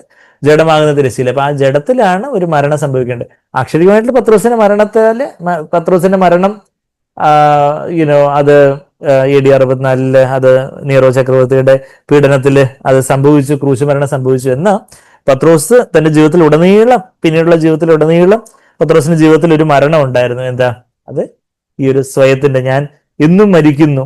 എവിടെ പറയുന്നേ? 1 കൊരിന്ത്യരില് പൗലോസ് അപ്പോസ്തലൻ പറയുന്നുണ്ട്, ഐ ഡൈ ഡെയിലി എന്ന് പറഞ്ഞാൽ എല്ലാ ദിവസവും ഡൈ അടിക്കുന്നല്ല. ഞാൻ ഡൈയുടെ സ്പെല്ലിങ് DIE. എന്താ? 1 കൊരിന്ത്യർ 15-ാം അധ്യായത്തിന്റെ 31-ാമത്തെ വാക്യത്തില് ഞാൻ ദിവസേന മരിക്കുന്നു എന്ന് അവിടെ പറയുന്നത്. 1 കൊരിന്ത്യർ 15-ന്റെ 31-ാമത്തെ വാക്യത്തിൽ, സഹോദരന്മാരെ, നമ്മുടെ കർത്താവ് യേശു ക്രിസ്തുവിൽ എനിക്ക് നിങ്ങളിലുള്ള പ്രശംസയാണ് ഇട്ടുകൊണ്ട് പറയുന്നത്. I affirm brethren by the boasting in you which I have in Christ Lord, I die daily. ഞാൻ ദിവസേന മരിക്കുന്നു. ദിവസേന താൻ മരിക്കുന്നു എന്ന് പറയുമ്പോൾ തന്നെ ആത്മാവിലോ ദേഹിയിലോ ദേഹത്തിലോ അല്ല, മറിച്ച് ആത്മാവിന്റെയും ദേഹിയുടെ ഇടയിലുള്ള ആ ഒരു ജഡത്തിലാണ് അവിടെ ഒരു നുറുക്കവും മരണവും ഒക്കെ നമ്മുടെ ജീവിതത്തിൽ വേണ്ടതെന്ന് വെച്ചാൽ നമുക്ക് ഇഷ്ടമുള്ള രീതിയിൽ പത്രോസ് തനിക്ക് ഇഷ്ടമുള്ളതുപോലെ വഞ്ചിയും വള്ളമൊക്കെ എടുത്ത് പോയി. തനിക്ക് തന്റെ സ്വയത്തിന് മരിച്ച പരിശുദ്ധാത്മാവിന്റെ ശക്തിയാൽ നിറയപ്പെടുന്നതിന്റെ കാര്യമൊന്നും അന്ന് പത്രോസിന് ആ ഒരു അനുഭവത്തിലേക്കൊക്കെ അവൻ വരുന്നതേ ഉള്ളായിരുന്നു. എന്നാൽ പരിശുദ്ധാത്മാവിന്റെ നിറവൊക്കെ വന്നതിന് ശേഷം ആ ക്രൂശിന്റെ വഴിയിൽ അവര് അതുപോലെ സ്ഥിരപ്പെട്ടു. ആ പരിശുദ്ധാത്മാവ് വരുന്നതിന്റെ തൊട്ട് മുമ്പുള്ള ആ 10 ദിവസങ്ങളും ആ കർത്താവ് സ്വർഗത്തിലേക്ക് ആരോഹണം ചെയ്തതിന് ശേഷമുള്ള 10 ദിവസങ്ങളും അവർ അതുപോലെ നുറുങ്ങി. പരിശുദ്ധാത്മാവെന്ന വാഗ്ദത്തത്തിനായിട്ട് കാത്തിരിക്കണം. പത്രോസ് അവരെ പല പഴയ നിയമ തിരുവെഴുത്തുകളൊക്കെ പറഞ്ഞ് അവരെ ഉത്സാഹിപ്പിച്ചുകൊണ്ടിരുന്നതായിട്ടൊക്കെ നമ്മൾ അപ്പോസ്തലർ 1-ാം അധ്യായത്തിലൊക്കെ പത്രോസിന്റെ നേതൃത്വത്തില് അങ്ങനെയൊക്കെ അവര് ഡിവോട്ടിംഗ് ദംസെൽസ് ടു പ്രേയർ, അപ്പോസ്തലർ 1-ന്റെ 14 മുതലൊക്കെ 14-ലൊക്കെ അവര് ഒരുമനപ്പെട്ട് പ്രാർത്ഥന കഴിച്ചു പോകുന്നു എന്നുള്ള കാര്യമൊക്കെ നമ്മൾ വായിക്കുന്നു. ആ കാലത്ത് ഏകദേശം 120 പേരുള്ള ഒരു സംഘം കൂടിയിരിക്കുമ്പോൾ പത്രോസ് സഹോദരന്മാരുടെ നടുവിൽ എഴുന്നേറ്റ് നിന്ന് പറഞ്ഞതെന്നും പറഞ്ഞ് 15-ാമത്തെ വാക്യമൊക്കെ അപ്പോസ്തലർ 1-ാം അധ്യായത്തിന്റെ ആക്ട്സ് 1 15 നമ്മൾ വായിക്കുന്നുണ്ട്. അപ്പൊ പത്രോസ് അവിടെ നേതൃത്വമൊക്കെ കൊടുത്ത് അപ്പം അതുപോലെ കർത്താവിന്റെ ഒരു സാന്നിധ്യം ആ ഇല്ലാതെ പത്രോസ് അവരെല്ലാം അതുപോലെ അവർ ഒരുമനപ്പെട്ട് അവരൊരു നുറുക്കത്തില് അവരൊരു അതുപോലെ ഒരു ആവശ്യബോധത്തിലേക്ക് വരികയും ആ 10ാമത്തെ ദിവസം ആയപ്പോഴത്തേക്കും, അതായത് കർത്താവ് ക്രൂശിക്കപ്പെട്ടിട്ട് 50ാമത്തെ ദിവസം പെന്തക്കോസ്ത് നാളായപ്പോഴത്തേക്കും അവരതുപോലെ അവരുടെ ആ ഒരു സ്വയബലത്തിലും എല്ലാം നുറുക്കപ്പെട്ട് വളരെ ഒരു 0 പോയിന്റിലേക്ക് എത്തിയപ്പോഴത്തേക്കും പരിശുദ്ധാത്മാവ് വലിയൊരു കൊടുങ്കാറ്റായിട്ട് അവരുടെ മേൽ വന്ന് അഗ്നിനാവുകളായിട്ട് വന്നിരിക്കുന്നതും അവരെ പരിശുദ്ധാത്മാവ് നിറയപ്പെട്ട് അന്യഭാഷകൾ സംസാരിക്കുന്നതും ദൈവത്തെ സ്തുതിക്കുന്നതും പത്രോസ് ബാക്കി ശിഷ്യന്മാരോട് ചേർന്ന് നിന്ന് വലിയൊരു സുവിശേഷ പ്രസംഗം, ചെറിയൊരു സുവിശേഷ പ്രസംഗം എന്ന വലിയൊരു ഇമ്പാക്റ്റ് ഉള്ള വലിയൊരു സ്വാധീനമുള്ള വലിയൊരു മഹത്തായിട്ടുള്ള ഒരു സുവിശേഷമൊക്കെ അവിടെ അറിയിക്കുകയും 3000-ഓളം പേര് അവര് രക്ഷിക്കപ്പെടുകയും സ്നാനപ്പെടുകയും ഒക്കെ ചെയ്തതായിട്ടൊക്കെ അവിടെ പുസ്തകത്തിൽ 2:41 3000-ഓളം പേര് അന്ന് സ്നാനപ്പെട്ടതായിട്ടൊക്കെ നമ്മൾ ആ വചനം റിസീവ് ചെയ്തവരൊക്കെ, ആ വചനം കേട്ടവര് കൈക്കൊണ്ടവരൊക്കെ സ്നാനമേറ്റതായിട്ട് 3000-ഓളം പേര് അവരോട് ചേർന്നതായിട്ടൊക്കെ നമ്മൾ അവിടെ അപ്പോസ്തലപ്രവൃത്തികൾ 2-ാം അധ്യായത്തിന് 41-ാമത്തെ വാക്യത്തിലൊക്കെ വായിക്കുന്നുണ്ട്. അപ്പൊ എന്നാ പത്രോസിന് അങ്ങനെയുള്ള ആ ഒരു പിന്നീട് താനൊരു പിന്മാറ്റത്തിലേക്ക് അതുപോലെ പോകാതെ വണ്ണം, ശരിയാണ്, പത്രോസിന് പിന്നീട് ചില വീഴ്ചകളൊക്കെ വരുന്ന രംഗങ്ങളൊക്കെ നമ്മൾ വായിക്കുന്നുണ്ട്. ഗലാത്യർ 2-ാം അധ്യായത്തില് അവിടെ പരിച്ഛേദനക്കാരെന്ന് പറയുമ്പോൾ അന്ന് പരിച്ഛേദന വേണം എന്നൊക്കെ വാദിക്കുന്ന ചില യഹൂദന്മാരായിട്ടുള്ള വിശ്വാസികളൊക്കെ വലിയ കാര്യത്തെ പല തർക്കവും വാദമൊക്കെ വന്നപ്പോൾ പത്രോസ് അവരുടെ കൂടെ ഒന്ന് ചെന്ന് അവരെ ഒന്ന് പ്രസാദിപ്പിക്കാൻ നോക്കിയ കാര്യം എന്നാൽ പൗലോസ് അവിടെ അവനെ പത്രോസിനെ എതിർത്ത് നിന്ന കാര്യമൊക്കെ നമ്മൾ ഗലാത്യർ 2-ാം അധ്യായത്തിൽ വായിക്കുന്നുണ്ട്. എന്നാൽ അങ്ങനെയൊക്കെയുള്ള ചെറിയ വീഴ്ചകളും കാര്യങ്ങളും ഒക്കെ ഇടയ്ക്ക് വരുന്നുണ്ടെങ്കിൽ പോലും പത്രോസ് പിന്നെന്താ മറ്റേതുപോലുള്ള ഒരു പിൻമാറ്റത്തിലേക്കൊന്നും പോകുന്ന കാര്യം നമ്മൾ കാണുന്നില്ല. മറിച്ച് പത്രോസിന്റെ ക്ലച്ചീഫ് നമ്മളവിടെ അപ്പോസ്തലപ്രവൃത്തികൾ 9-ാം അധ്യായത്തിലൊക്കെ നമ്മൾ വായിക്കുമ്പം അവിടെ പത്രോസിന്റെ തൂവാല 10-ാം അധ്യായത്തിൽ പത്രോസിന്റെ ആ ഒരു 10-ാം അധ്യായത്തിൽ കൊർന്നേലിയോസിന്റെ ഭവനത്തിൽ താൻ ചെല്ലുന്ന കാര്യമൊക്കെ നമ്മൾ വായിക്കുന്നുണ്ട്. പരിശുദ്ധാത്മാവ് പത്രോസ് സംസാരിക്കുമ്പോൾ തന്നെ പരിശുദ്ധാത്മാവ് അവരുടെ മേൽ വന്ന കാര്യവും അങ്ങനെയൊക്കെയുള്ള കാര്യങ്ങളൊക്കെ നമ്മൾ വായിക്കുന്നുണ്ട്. അങ്ങനെ പത്രോസിനാലെയൊക്കെ ഒരുപാട് പത്രോസ് മരിച്ചവരിൽ നിന്ന് ഉയർത്തെഴുന്നേൽപ്പിക്കുന്ന രംഗമൊക്കെ നമ്മൾ പിന്നീട് താഴോട്ടൊക്കെ നമ്മൾ വായിക്കുന്നുണ്ട്. നമ്മളത് ഏത് 9-ന്റെ അവസാനം അല്ലേ?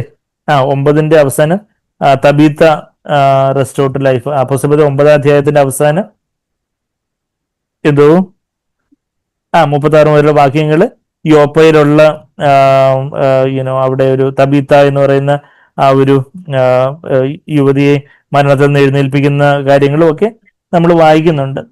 അപ്പൊ അങ്ങനെ ആ ഒരു വലിയ അത്ഭുതങ്ങളൊക്കെ പത്രോസിന്റെ ജീവിതത്തിലൂടെ ഒക്കെ നടക്കുന്ന കാര്യങ്ങളൊക്കെ നമ്മൾ പിന്നീട് തുടർന്ന് നമ്മൾ വായിക്കുന്നുണ്ട്.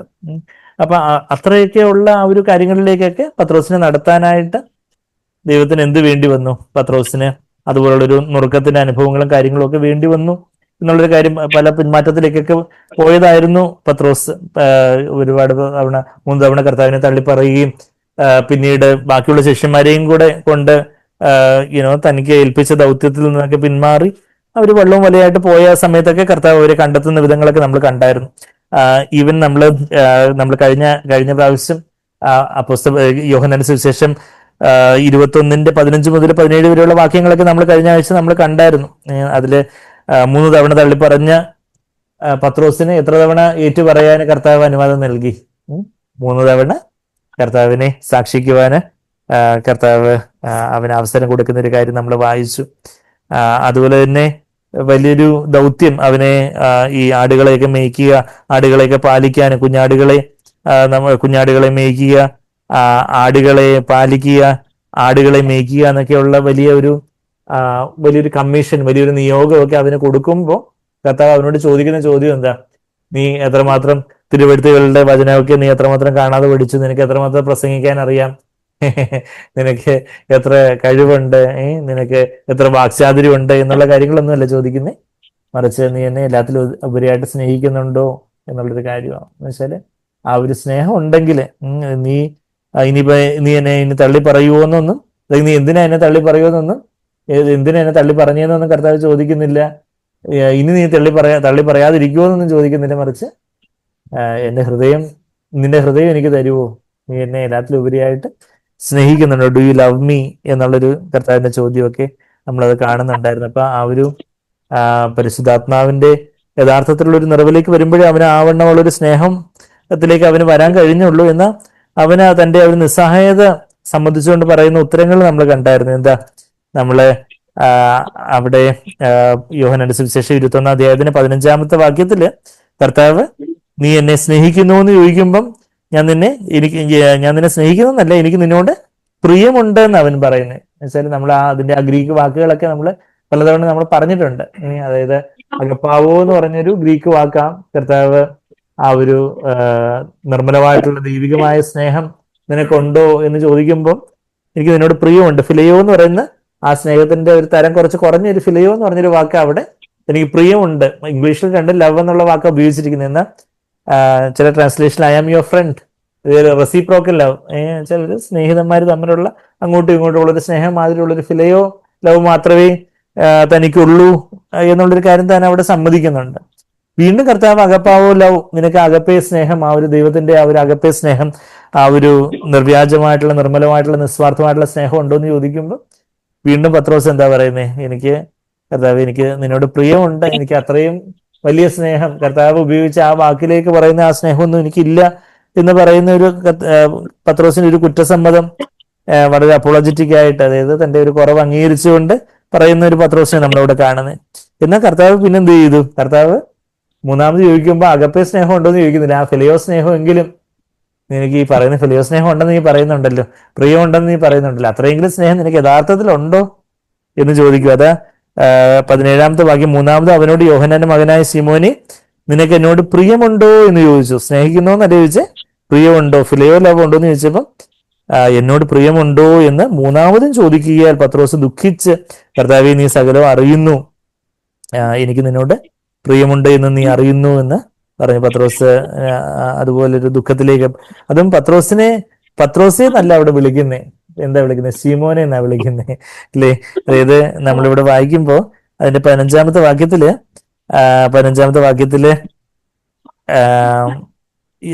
അതിന്റെ അവർ പ്രാതൽ കഴിച്ച ശേഷം യേശു ശീമോൻ പത്രോസിനോട് എന്ന് യോഹന്നാൻ എഴുതുക, എന്നാൽ കർത്താവ് വിളിക്കുമ്പോൾ യോഹന്നാന്റെ മകനായ ശീമോനെ വിളിക്കുന്നുള്ളൂ. ശീമോൻ പത്രോസ് എന്നാണ് കർത്താവ് അവന് കൊടുത്ത പേര്. എന്നാൽ ആ പത്രോസ് എന്നുള്ള വാക്കിന്റെ അർത്ഥം എന്താ? ഒരു പാറക്കഷ്ണം എന്നർത്ഥം. പെട്രോസ്, പാറക്കഷ്ണം. ആ പാറക്കഷ്ണം പോലെ ഉറപ്പുള്ളതായിട്ട് നിൽക്കാൻ നിനക്ക് കഴിഞ്ഞില്ല എന്നുള്ളൊരു ചെറിയൊരു സൂചന നൽകിക്കൊണ്ട് അവര് ആ പത്രോസ് എന്നുള്ള പേര് വിളിക്കാതെ കർത്താവ് എന്താ ശീമോനെ എന്നുള്ളൊരു പേര് കർത്താവ് അവിടെ ഉപയോഗിക്കുന്നത്. ശീമോൻ എന്നുള്ള അവന്റെ ഒറിജിനൽ, അവന്റെ അപ്പനമ്മമാരുടെ പേര് അവന് സൈമൺ എന്നുള്ള ആ ഒരു പേര് കർത്താവ് അവിടെ വിളിക്കുന്നതായിട്ട് നമ്മൾ കാണുന്നത്. എന്നാൽ കർത്താവ് കേഫാസ് എന്നുള്ളൊരു പദം, അതായത് നമ്മള് ഇതേ യോഹന്നാന്റെ സുവിശേഷം 1 അധ്യായത്തിന് 42 വാക്യത്തിലേക്ക് പോവുകയാണെങ്കിൽ, യോഹന്നാന്റെ സുവിശേഷം 1:42, അവനെ യേശുവിന്റെ അടുക്കൽ കൊണ്ടുവന്നു, യേശു അവനെ നോക്കി, നീ യോഹന്നാന്റെ പുത്രനായ ശീമോൻ ആകുന്നു, നിനക്ക് കേഫ എന്ന് പേരാകും എന്ന് പറഞ്ഞു. അത് ഒരു അരാമ്യ ഭാഷയിലുള്ള ഒരു പദമായി കേഫ എന്നുള്ളത്. അത് പത്രോസ് എന്നാകുന്നു. അത് ട്രാൻസ്ലേറ്റ് ചെയ്യുമ്പോൾ പെട്രോസ് എന്നുള്ളൊരു അതിന്റെ ഗ്രീക്ക് വാക്കാണ് പെട്രോസ്, അല്ലെങ്കിൽ ഇംഗ്ലീഷിൽ പീറ്റർ, മലയാളത്തില് പത്രോസ് എന്ന് നമ്മൾ പറയുന്നത്. അരാമ്യ ഭാഷയിൽ കർത്താവ് കേഫ എന്ന് പേരാകുമെന്ന് പറഞ്ഞു. അപ്പോൾ കേഫാസ് അല്ലെങ്കിൽ പത്രോസ് അല്ലെങ്കിൽ പെട്രോസ് എന്നുള്ള വാക്ക. എന്നാൽ കർത്താവ് അവനോട് എല്ലാത്തിലും ഒരു സ്നേഹം ഉണ്ടോ എന്ന് ചോദിക്കുമ്പോൾ പത്രോസ് എന്ന് വിളിക്കാതെ അവനെ ആ ശിമോൻ എന്ന് വിളിക്കുമെന്ന് വെച്ചാൽ, നീ ആ പേര് പോലെ ആ ഒരു തലത്തിലേക്ക് നീ വന്നില്ല, എങ്കിലും നീ എന്നെ സ്നേഹിക്കുന്നുണ്ടോ എന്ന് ചോദിക്കുക. നമ്മുടെ ജീവിതത്തില് പലവിധമായിട്ടുള്ള കുറവുകളും കാര്യങ്ങളും ഒക്കെ ഉണ്ട്. എന്നാൽ കർത്താവ് അതെല്ലാം അംഗീകരിച്ചുകൊണ്ട് കർത്താവ് നമ്മളെ എന്തെങ്കിലും ഒന്ന് ചൊറിയാൻ വേണ്ടി ചോദിക്കുകയല്ല, മറിച്ച് നമ്മുടെ ആ ഹൃദയത്തിന് ആഴത്തിലേക്ക് ഇറങ്ങിച്ചെന്ന് സ്നേഹിക്കുന്നുണ്ടോ, അറ്റ്ലീസ്റ്റ് പ്രിയമെങ്കിലും ഉണ്ടോ എന്ന് ചോദിക്കുക. അപ്പൊ നമ്മൾ ഇന്ന് കർത്താവ് നമ്മളോട് ചോദിക്കുക വന്നിരിക്കട്ടെ, ഇന്ന് കർത്താവ് ഇവിടെ ഈ പട്ടോളി മാർക്കറ്റിലേക്ക് ഇറങ്ങി വന്ന് പുനരുദ്ധാന ശരീരത്തോടെ കർത്താവ് നമ്മുടെ തോളെ തട്ടിയിട്ട് ചോദിക്കുക,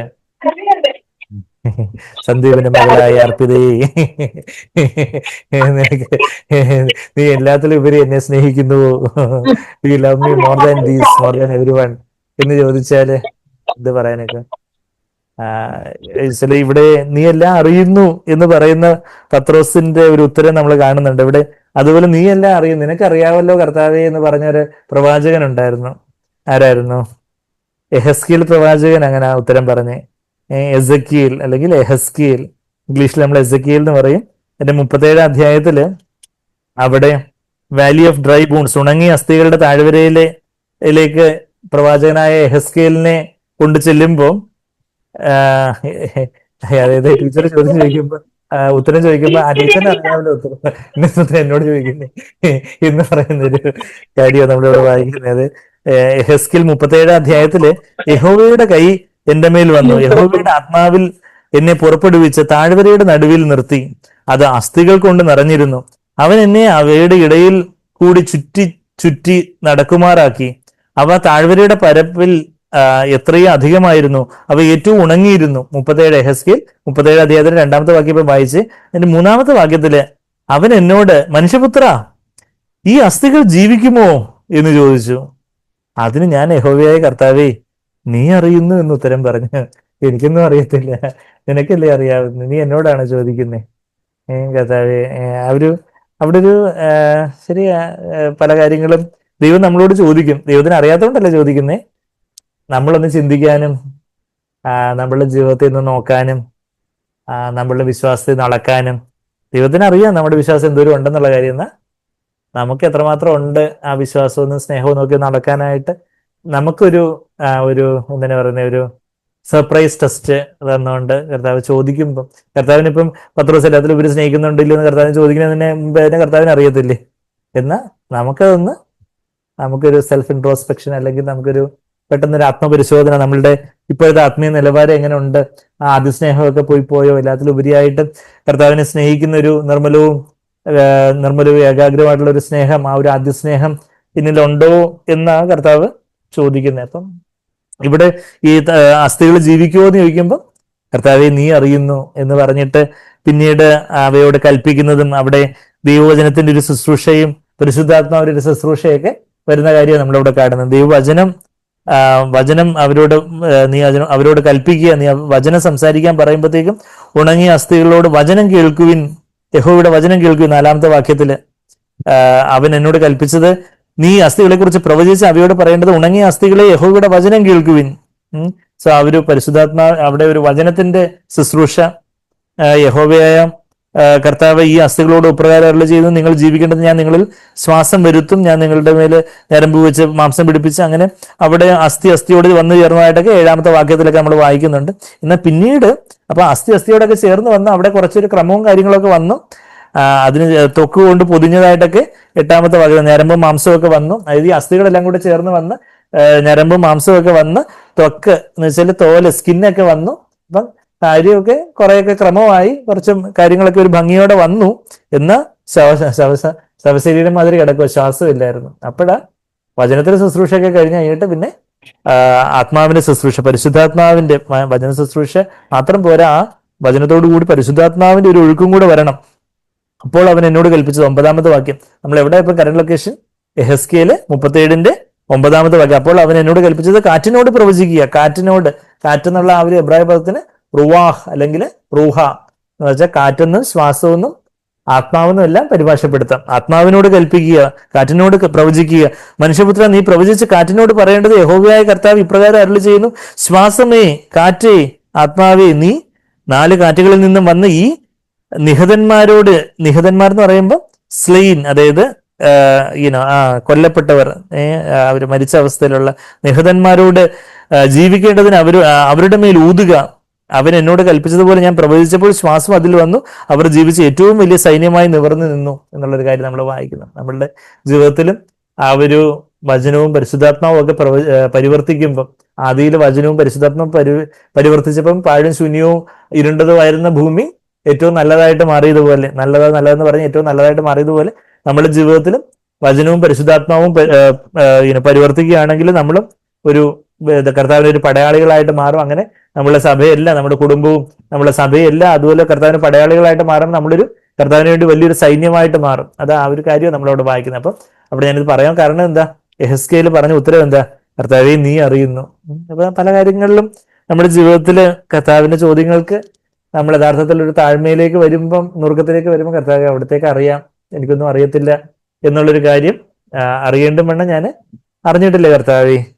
ആരെങ്കിലും അറിയുന്നു എന്ന് ഭാവിക്കുവാണെങ്കിൽ അവൻ അറിയേണ്ടും വേണം അറിഞ്ഞിട്ടില്ലെന്ന് അവിടെ 1 കൊരിന്ത്യർ 8-ാം അധ്യായത്തിൽ നമ്മൾ വായിക്കുന്നത് അല്ലേ.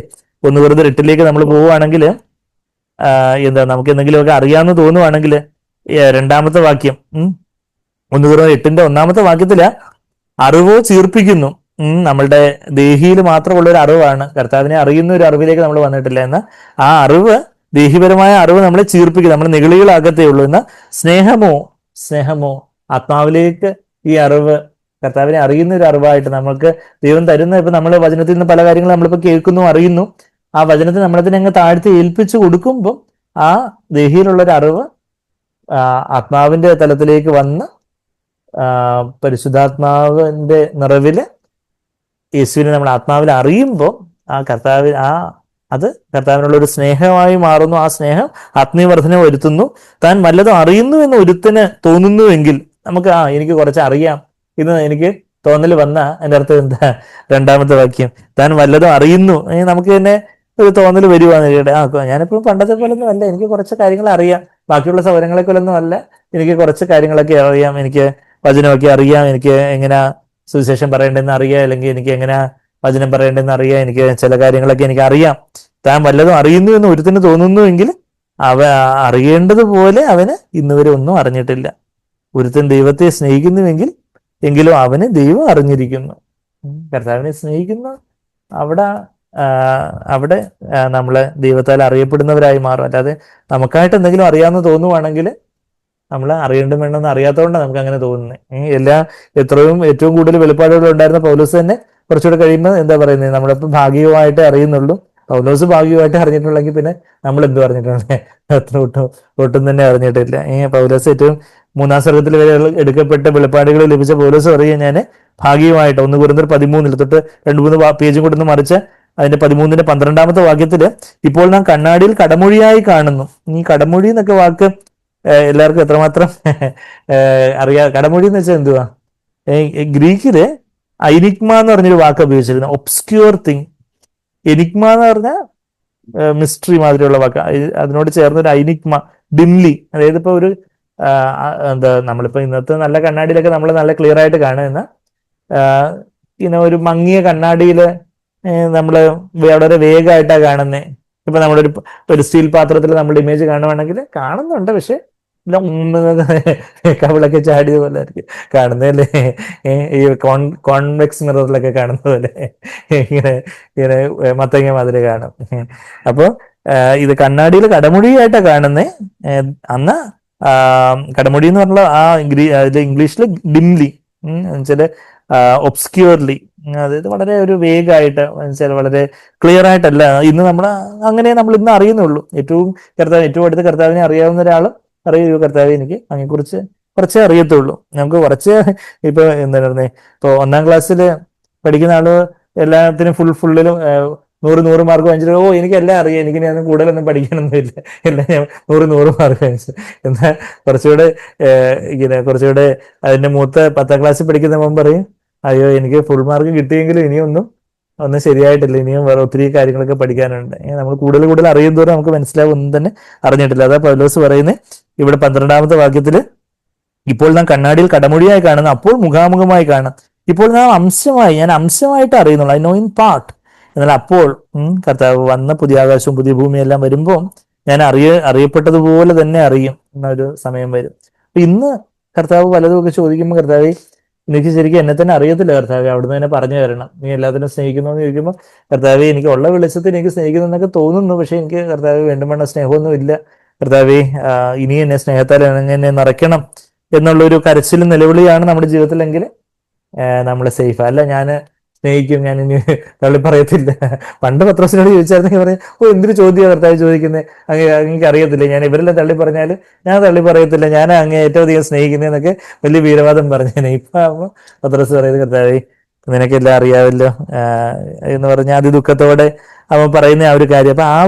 അപ്പോഴാ അവന് ഓരോ ചോദ്യത്തിനും ഇങ്ങനെ അവന് മുഷു വിചാരിക്കുക, നീ എന്താ പിന്നെയും ചോദിച്ചു തന്നെ പിന്നെയും ചോദിച്ചുകൊണ്ടിരിക്കുന്നത്, എനിക്ക് മടുത്തു എന്നൊന്നും പറഞ്ഞവൻ മാറിപ്പോയില്ല. മൂന്നാമത് ചോദിക്കുമ്പോഴെല്ലാം അവൻ അവിടെ നിന്ന് മര്യാദയ്ക്ക് ഇന്ന് ഉത്തരം പറയുന്നുണ്ട്. മറ്റേതാണെങ്കിൽ പത്രോസിനോട് വെറുതെ മുമ്പേ ചോദിച്ചല്ലേ, യുദ്ധത്തിന് എന്നെ വീണ്ടും ഒരേ ചോദ്യം ചോദിക്കുന്നതെന്നൊക്കെ വേണമെങ്കിൽ ചോദിച്ചേനെ, പത്രോസ് അല്ലേ ആളെന്നാ. ഇപ്പം 3 പ്രാവശ്യം ചോദ്യം, ഇനിയിപ്പം 30 പ്രാവശ്യം ചോദിച്ചാലും പത്രോസ് അവിടെ നിന്ന് ഉത്തരം പറഞ്ഞാൽ. അതുപോലെ പത്രോസ് നുറുങ്ങിപ്പോയായിരുന്നു. അപ്പൊ ഓരോ ചോദ്യത്തിനും പത്രോസ് ആ ഒരു ആത്മാവിന്റെ പ്രചോദനത്തിന്, അതുപോലെ ആത്മാവിന്റെ പ്രേരണയ്ക്ക് അതുപോലെ റെസ്പോണ്ട് ചെയ്തപ്പോൾ അവന് കൂടുതൽ ഉത്തരവാദിത്വം നൽകുന്ന കാര്യമൊക്കെ നമ്മൾ കഴിഞ്ഞ പ്രാവശ്യം കണ്ടപ്പോൾ നമ്മളത് കണ്ടായിരുന്നു. എന്താ ആദ്യം പറഞ്ഞു, കുഞ്ഞാടുകളെ മേയ്ക്കുക എന്ന് പറഞ്ഞു. അതായത് കുഞ്ഞാടുകൾ ആത്മീയമായിട്ട് പുതു ജനനത്തിലേക്ക് വന്ന അവര് ആത്മീയ ശൈശവത്തിലുള്ളവർ, ആ കുഞ്ഞാടുകൾ, ലാംസ്, കുഞ്ഞാടുകളെ മേയ്ക്കുക, അവർക്ക് വേണ്ടുന്ന ഭക്ഷണം കൊടുക്കുക. ബോസ്കോ എന്ന് പറഞ്ഞൊരു പദമാണ് നമ്മളിവിടെ ഉപയോഗിക്കുന്ന. അതെ, ബോസ്കോ, ഡോൺ ബോസ്കോ എന്നൊക്കെ കേട്ടിട്ടുണ്ടായിരിക്കും അല്ലെ. ബോസ്കോ എന്ന് പറഞ്ഞാൽ ഫീഡ്, മേയ്ക്കുക, ആഹാരം കൊടുക്കുക, കുഞ്ഞാടുകൾക്ക് ആഹാരം കൊടുക്കുന്ന, അതായത് വിശ്വാസത്തിലേക്ക് വന്ന അവർക്ക് വേണ്ടുന്ന ആ ഒരു പാപക്ഷമയുടെ കാര്യവും, കർത്താവ് നിങ്ങളെ സ്നേഹിക്കുന്നു, ദൈവം നമ്മുടെ പിതാവാണ്, നമ്മൾ നിരാശപ്പെട്ടു പോകരുത്, പാപത്തിൽ വീണാലും കർത്താവ് നമ്മളെ സ്നേഹിക്കുന്നു, അങ്ങനെയുള്ള ആ ഒരു ആദ്യപാഠങ്ങൾ. അത് ആദ്യപാഠങ്ങൾ എന്തൊക്കെയാണെന്ന് നമ്മൾ അവിടെ വായിക്കുന്നുണ്ടല്ലോ. അപ്പൊ അതായത് കുഞ്ഞാടുകളെ മേയ്ക്കുന്ന കാര്യവും ആടുകളെ മേയ്ക്കുന്ന കാര്യം. കുഞ്ഞാടുകൾക്ക് പാലാ വേണ്ടത്, ആടുകൾക്ക് എന്താ വേണ്ടേ? ഈ കുഞ്ഞാടുകൾ വളർന്ന് ആടുകളാകുമ്പോൾ അവർക്ക് സോളിഡ് ഫുഡ്, ഖരാഹാരം, കട്ടിയുള്ള ആഹാരം വേണം. അപ്പൊ അത് നമ്മൾ എബ്രായർ 5 അധ്യായത്തിലേക്ക് വരികയാണെങ്കിൽ അവിടെ ഈ 5 അധ്യായത്തിന് അവസാനം 6 അധ്യായത്തിന്റെ തുടക്കത്തിലും ഈ ഒരു കുഞ്ഞാടുകളുടെ ആഹാരം, കുഞ്ഞാടുകളുടെ മെനു, ആടുകളുടെ മെനു നമ്മള് ഹോട്ടലിൽ ചെല്ലുമ്പോൾ എന്തിനാ പറയുന്നത്, ഓരോരുത്തർക്കുള്ള മെനു പറയുന്നത് പോലെ ഇവിടെ നമ്മളെ കുഞ്ഞുങ്ങൾക്ക് ജനിച്ച് ഏതാനും മാസമുള്ള കുഞ്ഞുങ്ങൾക്ക് എല്ലാം കൂടെ ആഹാരം, നമ്മൾ കഴിക്കുന്ന ആഹാരം എല്ലാം കൂടെ കൊടുത്താൽ അതിന് ദഹനക്കേട് പിടിക്കും, അതിന് സിക്കായി മാറും. അപ്പൊ അതുകൊണ്ട് അമ്മയുടെ പാല് മാത്രമേ ആദ്യത്തെ 4 മുതൽ 6 മാസം വരെയൊക്കെ അമ്മയുടെ പാല് മാത്രമേ കൊടുക്കാവുള്ളൂ എന്ന് ഡോക്ടർമാർ പറയും. പിന്നെ അമ്മയുടെ പാല് തികഞ്ഞില്ലെങ്കിൽ പിന്നെ എന്തെങ്കിലുമൊക്കെ സപ്ലിമെന്റ്സിന്റെ കാര്യമൊക്കെ അവർ വേറെ നിവർത്തിയില്ലെങ്കിൽ പറയത്തുള്ളൂ എന്ന് പറയുന്നത് പോലെ എബ്രായർ 5 അധ്യായത്തിന്റെ അവസാനം നമ്മൾ വായിക്കുമ്പോൾ അവിടെ ഈ ഒരു പാലെന്നുള്ള ആഹാരവും കട്ടിയായ ആഹാരത്തെക്കുറിച്ച് നമ്മൾ അവിടെ ഒരു കോൺട്രാസ്റ്റ് വായിക്കുന്നുണ്ട്. അപ്പൊ കുഞ്ഞാടുകളുടെ മെനു, ആടുകളുടെ മെനു. അപ്പൊ കുഞ്ഞാടുകളുടെ മെനു എന്താ? ഇവിടെ 5 അധ്യായത്തില് എബ്രായർ 5 പറയുന്നുണ്ട്, നിങ്ങൾക്ക് ഒത്തിരി വർഷങ്ങളൊക്കെ ആയി, എന്നാലും ഇപ്പോഴും കുഞ്ഞാടുകളുടെ മെനുവേ നിങ്ങൾക്ക് പറ്റത്തുള്ളൂ എന്നാണ് പറയുന്നത്. അതിന്റെ 11ാമത്തെ വാക്യത്തിൽ ഇതിനെക്കുറിച്ച് ഞങ്ങൾക്ക് വളരെ പറയാനുണ്ട്. മെൽക്കിസേദെക്കിനെ ക്രമപ്രകാരമുള്ള മഹാപുരോഹിതനാണെന്നുള്ള കാര്യമൊക്കെ 10ാമത്തെ വാക്യത്തിൽ പറഞ്ഞ് മെൽക്കിസേദെക്കിന്റെ കാര്യവും അതിപരിശുദ്ധ സ്ഥലത്തിലേക്ക് പോയിട്ടുള്ള ആ ഒരു ക്രൂസിന്റെ വഴി, പുതുതും ജീവനുമായിട്ടുള്ള വഴിയെ കുറിച്ചൊക്കെ ഒത്തിരി കാര്യങ്ങളൊക്കെ പറയാനുണ്ട്. പക്ഷേ ഇതിനെക്കുറിച്ച് ഞങ്ങൾക്ക് വളരെ പറയുവാനുണ്ട്. എബ്രായർ 5 11ാമത്തെ വാക്യം പറയാനുണ്ട്. പക്ഷെ എങ്കിലും നിങ്ങൾ കേൾക്കുവാൻ മാന്യമുള്ളവരാകിയാൽ, അവർക്ക് എന്താ കേൾവി കുറവുണ്ടായിരുന്ന പോലെ ENT കൺസൾട്ടേഷൻ ആവശ്യമുണ്ടായിരുന്നു. എന്നാൽ ആത്മീയമായിട്ട് അവർക്ക് ഈ കാതിലൊക്കെ കേൾക്കാൻ പറ്റുമായിരുന്നു. എന്നാൽ ആത്മീയമായിട്ട് പറയുമ്പോൾ എന്താ വെടി പൊട്ടിയാലേ പുക എന്ന് പറയുന്നത് പോലെ ആത്മീയമായിട്ട് പറഞ്ഞാലേ അവർക്ക് കർത്താവിനെ കേൾക്കുവാനുള്ളൊരു ചെവി ഇല്ലായിരുന്നു. എന്ന് വെച്ചാൽ അതിന്റെ കാരണം എന്താ? കർത്താവ് ചിലരോട് ക്ഷമിക്കാൻ പറയുമ്പോൾ ക്ഷമിക്കത്തില്ല, ക്ഷമയോദിക്കാൻ പറയുമ്പോൾ ക്ഷമയോദിക്കത്തില്ല. ദൈവം നമുക്ക് തരുന്ന പ്രേരണകൾക്കൊന്നും അനുസരിക്കാതെ നമ്മൾ നമ്മുടെ ഹൃദയം കഠിനപ്പെട്ടുകൊണ്ടിരിക്കുമ്പോൾ നമ്മളുടെ ചെവി അങ്ങ് തഴമ്പിച്ച്, നമ്മുടെ ആത്മീയ ചെവികൾ തഴമ്പിച്ച് നമുക്ക് പിന്നെ കർത്താവ് എന്താ നമ്മളോട് പറയുന്നതെന്നുള്ള കാര്യം മനസ്സിലാവാതെ നമ്മളൊരു ആത്മവഞ്ചനയിലാകി പോകാൻ സാധ്യതയുണ്ട്. അപ്പം പിന്നെ അതുകൊണ്ട് പറയുന്നത്, നിങ്ങൾക്ക് കേൾക്കുവാൻ മാന്യമുള്ളവരായി തീർന്നത് കൊണ്ട് തെളിയിച്ചു തരുവാൻ വിഷമമാണ്. കാലം നോക്കിയാൽ ഇപ്പോൾ ഉപദേശകരമായിരിക്കേണ്ടെന്ന് നിങ്ങൾക്ക് ദൈവത്തിന്റെ അരുളപ്പാടുകളുടെ ആദ്യ പാഠങ്ങളെ കുറിച്ച് വീണ്ടും കുഞ്ഞാടുകളുടെ മെനു. അതായത് നമ്മൾ എന്ത് പറഞ്ഞു വരുന്നേ, ഇങ്ങോട്ട് നമ്മൾ എത്തി. നമ്മൾ യോഹന്നാൻ 21 അധ്യായത്തിന് 15, 16, 17 വാക്യങ്ങളിൽ കുഞ്ഞാടുകളെ മേയ്ക്കുന്നതിന്റെ കാര്യം പറയുന്നുണ്ട്. പിന്നെ ആടുകളെ പാലിക്കുക, ആടുകളെ മേയ്ക്കുക എന്ന് പറയുന്നുണ്ട്. അപ്പൊ കുഞ്ഞാടുകളെ മേയ്ക്കുമ്പം കുഞ്ഞാടുകൾക്ക് എന്തേ പറ്റത്തുള്ളൂ? പാലേ പറ്റത്തുള്ളൂ. അതാ പറയുന്നത്. ഇപ്പോഴും നിങ്ങൾ വലിയ വലിയ ഉപദേശകന്മാരുടെ പ്രായം നോക്കിയാൽ അത്ര ആയി, പക്ഷെ എങ്കിലും കുഞ്ഞാടുകൾക്ക് കൊടുക്കേണ്ട ഭക്ഷണമേ നിങ്ങൾക്ക് ഇപ്പൊ തരാൻ പറ്റത്തുള്ളൂ. അതാ പറയുന്നത്, നിങ്ങൾക്ക് ദൈവത്തിന്റെ അരുളപ്പാടുകൾ ആദ്യ പാഠങ്ങളെ തന്നെ വീണ്ടും ഉപദേശിച്ചു തരുവാൻ ആവശ്യമായിരിക്കുന്നു. കട്ടിയായുള്ള ആഹാരമല്ല, പാലത്രേ നിങ്ങൾക്ക് ആവശ്യമെന്ന് വന്നിരിക്കുന്നു. കട്ടിയായിട്ടുള്ള ആഹാരം എന്ന് പറഞ്ഞാൽ പരിജ്ഞാന പൂർത്തിയിലേക്ക് ആയുന്നതിന്റെ കാര്യമാണ് അതിന്റെ തൊട്ട് 6-ാമത്തെ വാക്യത്തിൽ വായിക്കുന്നത്. ആറാമത്തെ അധ്യായത്തിന്റെ 1-2 വാക്യങ്ങളിൽ അതിന്റെ മലയാളത്തിൽ 2-ാമത്തെ വാക്യം, എബ്രായർ 6-ന്റെ 2-ാമത്തെ വാക്യം, പരിജ്ഞാന പൂർത്തി പ്രാപിക്കുവാൻ ശ്രമിക്കുക. ഇംഗ്ലീഷിൽ 1-ാമത്തെ വാക്യം, പ്രസോൺ ടു മെച്യൂരിറ്റി, പ്രസോൺ ടു പെർഫെക്ഷൻ. ആ ഒരു കർത്താവിന്റെ പൂർണ്ണതയിലേക്ക് ആയുന്ന ക്രൂസിന്റെ വചനം, വേർഡ് ഓഫ് റൈച്ചസ്നെസ് എന്ന് എന്റെ തൊട്ട് താഴെ 13-ാമത്തെ വാക്യത്തിൽ വായിക്കുന്നുണ്ട്. അതായത് പാൽ കുടിക്കുന്നവൻ എല്ലാം, 5:13 വായിച്ചേ. എബ്രായർ എടുത്തോ. എബ്രായർ 5-ാം അധ്യായത്തിന്റെ 13-ാമത്തെ വാക്യത്തിൽ പാൽ കുടിക്കുന്നവനെല്ലാം നീതിയുടെ വചനത്തിൽ പരിചയമില്ലാത്തവനത്രേ. ഇപ്പം ഈ നീതിയുടെ വചനമാണ് ആടുകൾക്കുള്ള ആഹാരം. ഇത് പാല് കുഞ്ഞാടുകൾക്കുള്ള ആഹാരം. അപ്പൊ ആദ്യം കുഞ്ഞാടുകൾക്കുള്ള ആഹാരമൊക്കെ നീ കൊടുത്തിട്ട് പിന്നെ വേണം ആടുകൾക്കുള്ള ആഹാരമൊക്കെ തയ്യാറാക്കി കൊടുക്കാൻ. അപ്പം അതായത് നമ്മളിവിടെ വായിക്കുന്ന പാല് കുടിക്കുന്നവനെല്ലാം നീതിയുടെ വചനത്തിൽ പരിചയമില്ലാത്തവനത്രേ. അവൻ ശിശുവല്ലോ. അവൻ ശിശുവാ. ശരിയാണ്, വിശ്വാസത്തിലേക്ക് വന്ന് 10-12 വർഷമായി, 10-20 വർഷമായി, പക്ഷെ ഇപ്പോഴും ശിശുവാണ്. ഇപ്പോഴും നിരാശയും കയ്പും മത്സരവും ഈർഷ്യയും പിണക്കവും. നിങ്ങൾ ഈർഷ്യയും പിണക്കവും ഒക്കെ ഉള്ളതുകൊണ്ട് നിങ്ങൾ ജഡികന്മാരല്ലയോ, യു ആർ സ്റ്റിൽ കാണൽ എന്നാണ് അവിടെ 1 കൊരിന്ത്യർ 3 പൗലോസ് അവിടെ 3-ാമത്തെ വാക്യത്തിൽ യു ആർ സ്റ്റിൽ കാണൽ, ജഡികന്മാരല്ലേ. നിങ്ങൾ ഈർഷ്യയും പിണക്കവും ഒക്കെ ഉണ്ടെങ്കിൽ നിങ്ങൾ ഇപ്പോഴും ജഡികന്മാരാണ്. ദേഹീപരമായിട്ടുള്ള അവസ്ഥയിലോട്ട് പോലും എത്തിയിട്ടില്ല, ജഡികമായിട്ടുള്ള അവസ്ഥയിൽ എത്തിയിട്ടില്ല. നിങ്ങൾ ഇപ്പോഴും ശിശുക്കളാണ് എന്നുള്ളൊരു കാര്യം പറയുന്നത്. അപ്പൊ അത് ആ ഒരു അപ്പൊ നീതിയുടെ വചനം, കർത്താവിന്റെ നീതി, കർത്താവിന്റെ ദിവ്യസ്വഭാവത്തിലെ പങ്കാളികളാകുന്ന ആ ഒരു ക്രൂസിന്റെ വചനം, സ്വയത്തിന് മരിച്ച് ക്രൂസ് എടുത്ത് സ്വയത്തിന് മരിച്ച് പരിശുദ്ധാത്മാവിനെ നിറഞ്ഞ് കർത്താവിന്റെ ആ ഒരു ദിവ്യ സ്വഭാവം, കർത്താവിന്റെ അതേ മനോഭാവം, അങ്ങനെയൊക്കെയുള്ള ആഴത്തിലുള്ള കാര്യങ്ങളും അങ്ങനെയൊക്കെയുള്ള കാര്യങ്ങളൊക്കെ പറഞ്ഞ ഇതെന്തുവാ പറയുന്നത്, ഇവര് എന്തോ ഒന്നും സാധ്യമല്ലാത്ത എന്തൊക്കെയോ കുറച്ച് കാര്യങ്ങളൊക്കെ പറയുക, എന്തൊക്കെയോ കുറെ തിയറി പറയുക, എന്തോ കാര്യം എന്താ? നീതിയുടെ വചനം പരിചയമില്ല, ശിശുവല്ലേ, പാല് കുടിച്ചുകൊണ്ടിരിക്കുന്ന പ്രായമായി, ഇപ്പോഴും 10-30 വയസ്സായി, പക്ഷെ ഇപ്പോഴും പാല് കുടിച്ചുകൊണ്ടിരിക്കുന്ന അവസ്ഥയാണ്. അതാ കുഞ്ഞാടിന്റെ ആഹാരം. അത് കഴിഞ്ഞിട്ട് പറയുക 14-ാമത്തെ വാക്യം, ഞാൻ എവിടെ വായിക്കുന്നത്? എബ്രായർ 5-ന്റെ 14-ാമത്തെ വാക്യം, കട്ടിയായുള്ള ആഹാരം, സോളിഡ് ഫുഡ്, കട്ടിയായ ആഹാരം, നന്മതിന്മകളെ തിരിച്ചറിയുവാൻ തഴക്കത്താൻ അഭ്യസിച്ച ഇന്ദ്രിയങ്ങളുള്ളവരായി പ്രായം തികഞ്ഞവർക്കേ പറ്റുകയുള്ളൂ. കട്ടിയായുള്ള ആഹാരം, അതായത് ആടുകളെ മേയ്ക്കുക. അവിടെ യോഹന്നാൻ 21-ന്റെ 17-ാമത്തെ വാക്യത്തില ആടുകളെ മേയ്ക്കുക, ആടുകൾക്ക് കൊടുക്കേണ്ട, അതായത് ഈ കുഞ്ഞാടുകള് പ്രാരംഭമായിട്ട് അവർക്ക് ഈ പ്രാരംഭമായിട്ടുള്ള ആദിമ പാഠങ്ങൾ അവിടെ നമ്മൾ വായിച്ചു. The elementary principles of the oracles of God, ദൈവത്തിന് അരുളപ്പാടുകളുടെ ആദ്യ പാഠങ്ങൾ. അതാ ദൈവത്തിന് ആദ്യ പാഠങ്ങൾ എന്തൊക്കെയാണെന്ന് നമ്മളവിടെ എബ്രായർ 6-ന്റെ 1-2 വാക്യങ്ങൾ വായിക്കുന്നുണ്ട്. എന്തൊക്കെയാ ഈ കുഞ്ഞാടിന്റെ മെനു എന്തൊക്കെയാന്ന് വായിക്കുന്നുണ്ട്. കുഞ്ഞാടിന്റെ മെനു എന്തൊക്കെയാ? 6-ാം അധ്യായത്തിന് 1-ാമത്തെ വാക്യം. അതാ നമ്മൾ ഇളകാത്ത അടിസ്ഥാനം എന്നുള്ള പുസ്തകം. ശരിക്കും അത് നമ്മൾ നോക്കുമ്പോൾ വലിയ ആഴത്തിലുള്ള പുസ്തകമാണ്, പക്ഷെ എങ്കിലും അത് ഏറ്റവും അടിസ്ഥാനപരമായിട്ടുള്ള കാര്യങ്ങളാണ് ബ്രദർ അത് വളരെ ആഴത്തിൽ പറഞ്ഞിട്ടുള്ളത്. ആ പുസ്തകത്തിന്റെ ഹെഡിങ്സും ചാപ്റ്റർ ഡിവിഷൻ നമ്മൾ നോക്കിയാൽ ഈ കാര്യങ്ങളാണ് പറഞ്ഞിരിക്കുന്നത്. എന്താ? 6-ാമത്തെ അധ്യായത്തിന്റെ എബ്രായർ 6-ന്റെ 1-ാമത്തെ വാക്യം ശിശുക്കളുടെ മെനു, അല്ലെങ്കിൽ ദൈവത്തിന്റെ അരുളപ്പാടുകളുടെ ആദ്യ പാഠങ്ങൾ, അല്ലെങ്കിൽ പാല്. പല പല ഉപമകൾ ഉപയോഗിച്ചിട്ടുണ്ട്. ഒന്നെന്ന് പറഞ്ഞാല് നമ്മളിപ്പം പറഞ്ഞത് കുഞ്ഞാടുകളുടെ മെനു, അല്ലെങ്കിൽ പാല്, അല്ലെങ്കിൽ ദൈവത്തിന്റെ അരുളപ്പാടുകളുടെ ആദ്യ പാഠങ്ങൾ. പിന്നെ നമ്മളൊരു കെട്ടിടത്തോട് ഉപമിക്കുകയാണെങ്കിൽ അതിന്റെ അടിസ്ഥാനം, അല്ലെങ്കിൽ അതിന്റെ വേര് എന്തൊക്കെയാന്ന് പറഞ്ഞാൽ നിർജീവ പ്രവൃത്തികളെ കുറിച്ചുള്ള മാനസാന്തരം. അതായത് ദുഷ്പ്രവൃത്തികളിൽ നിന്നുള്ള മാനസാന്തരമല്ല, നിർജീവ പ്രവൃത്തികൾ, ദൈവത്തിന്റെ ജീവനില്ലാത്ത, ദൈവത്തോടുള്ള സ്നേഹത്തിൽ അല്ലാതെയുള്ള പ്രവൃത്തികളെ കുറിച്ചുള്ള മാനസാന്തരം.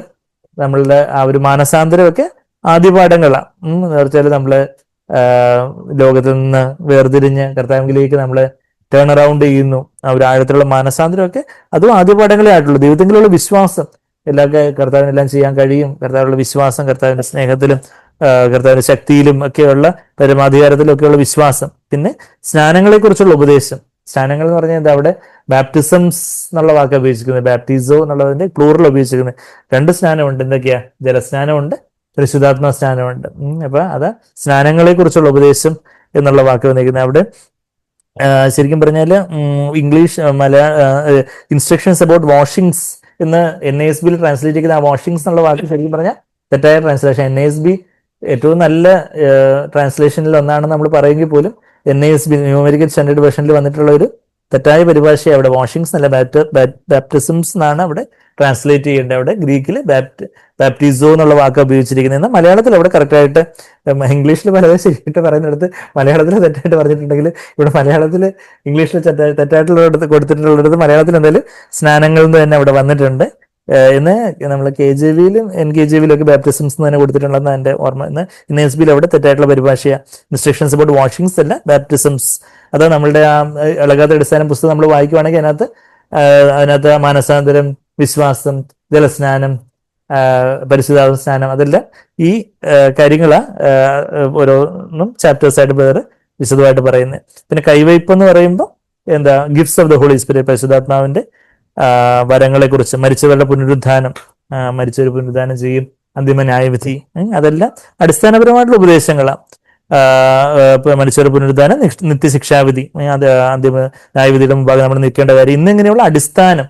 അപ്പൊ അടിസ്ഥാനം എന്നുള്ള വാക്ക് അതെന്താ, മിൽക്ക്, പാലാണ്. അത് എന്താ, അരുളപ്പാടുകളുടെ, ദൈവത്തിന്റെ അരുളപ്പാടുകൾ ആദ്യപാഠങ്ങളാണ്. അത് കുഞ്ഞാടിന്റെ മെനു ആണ്.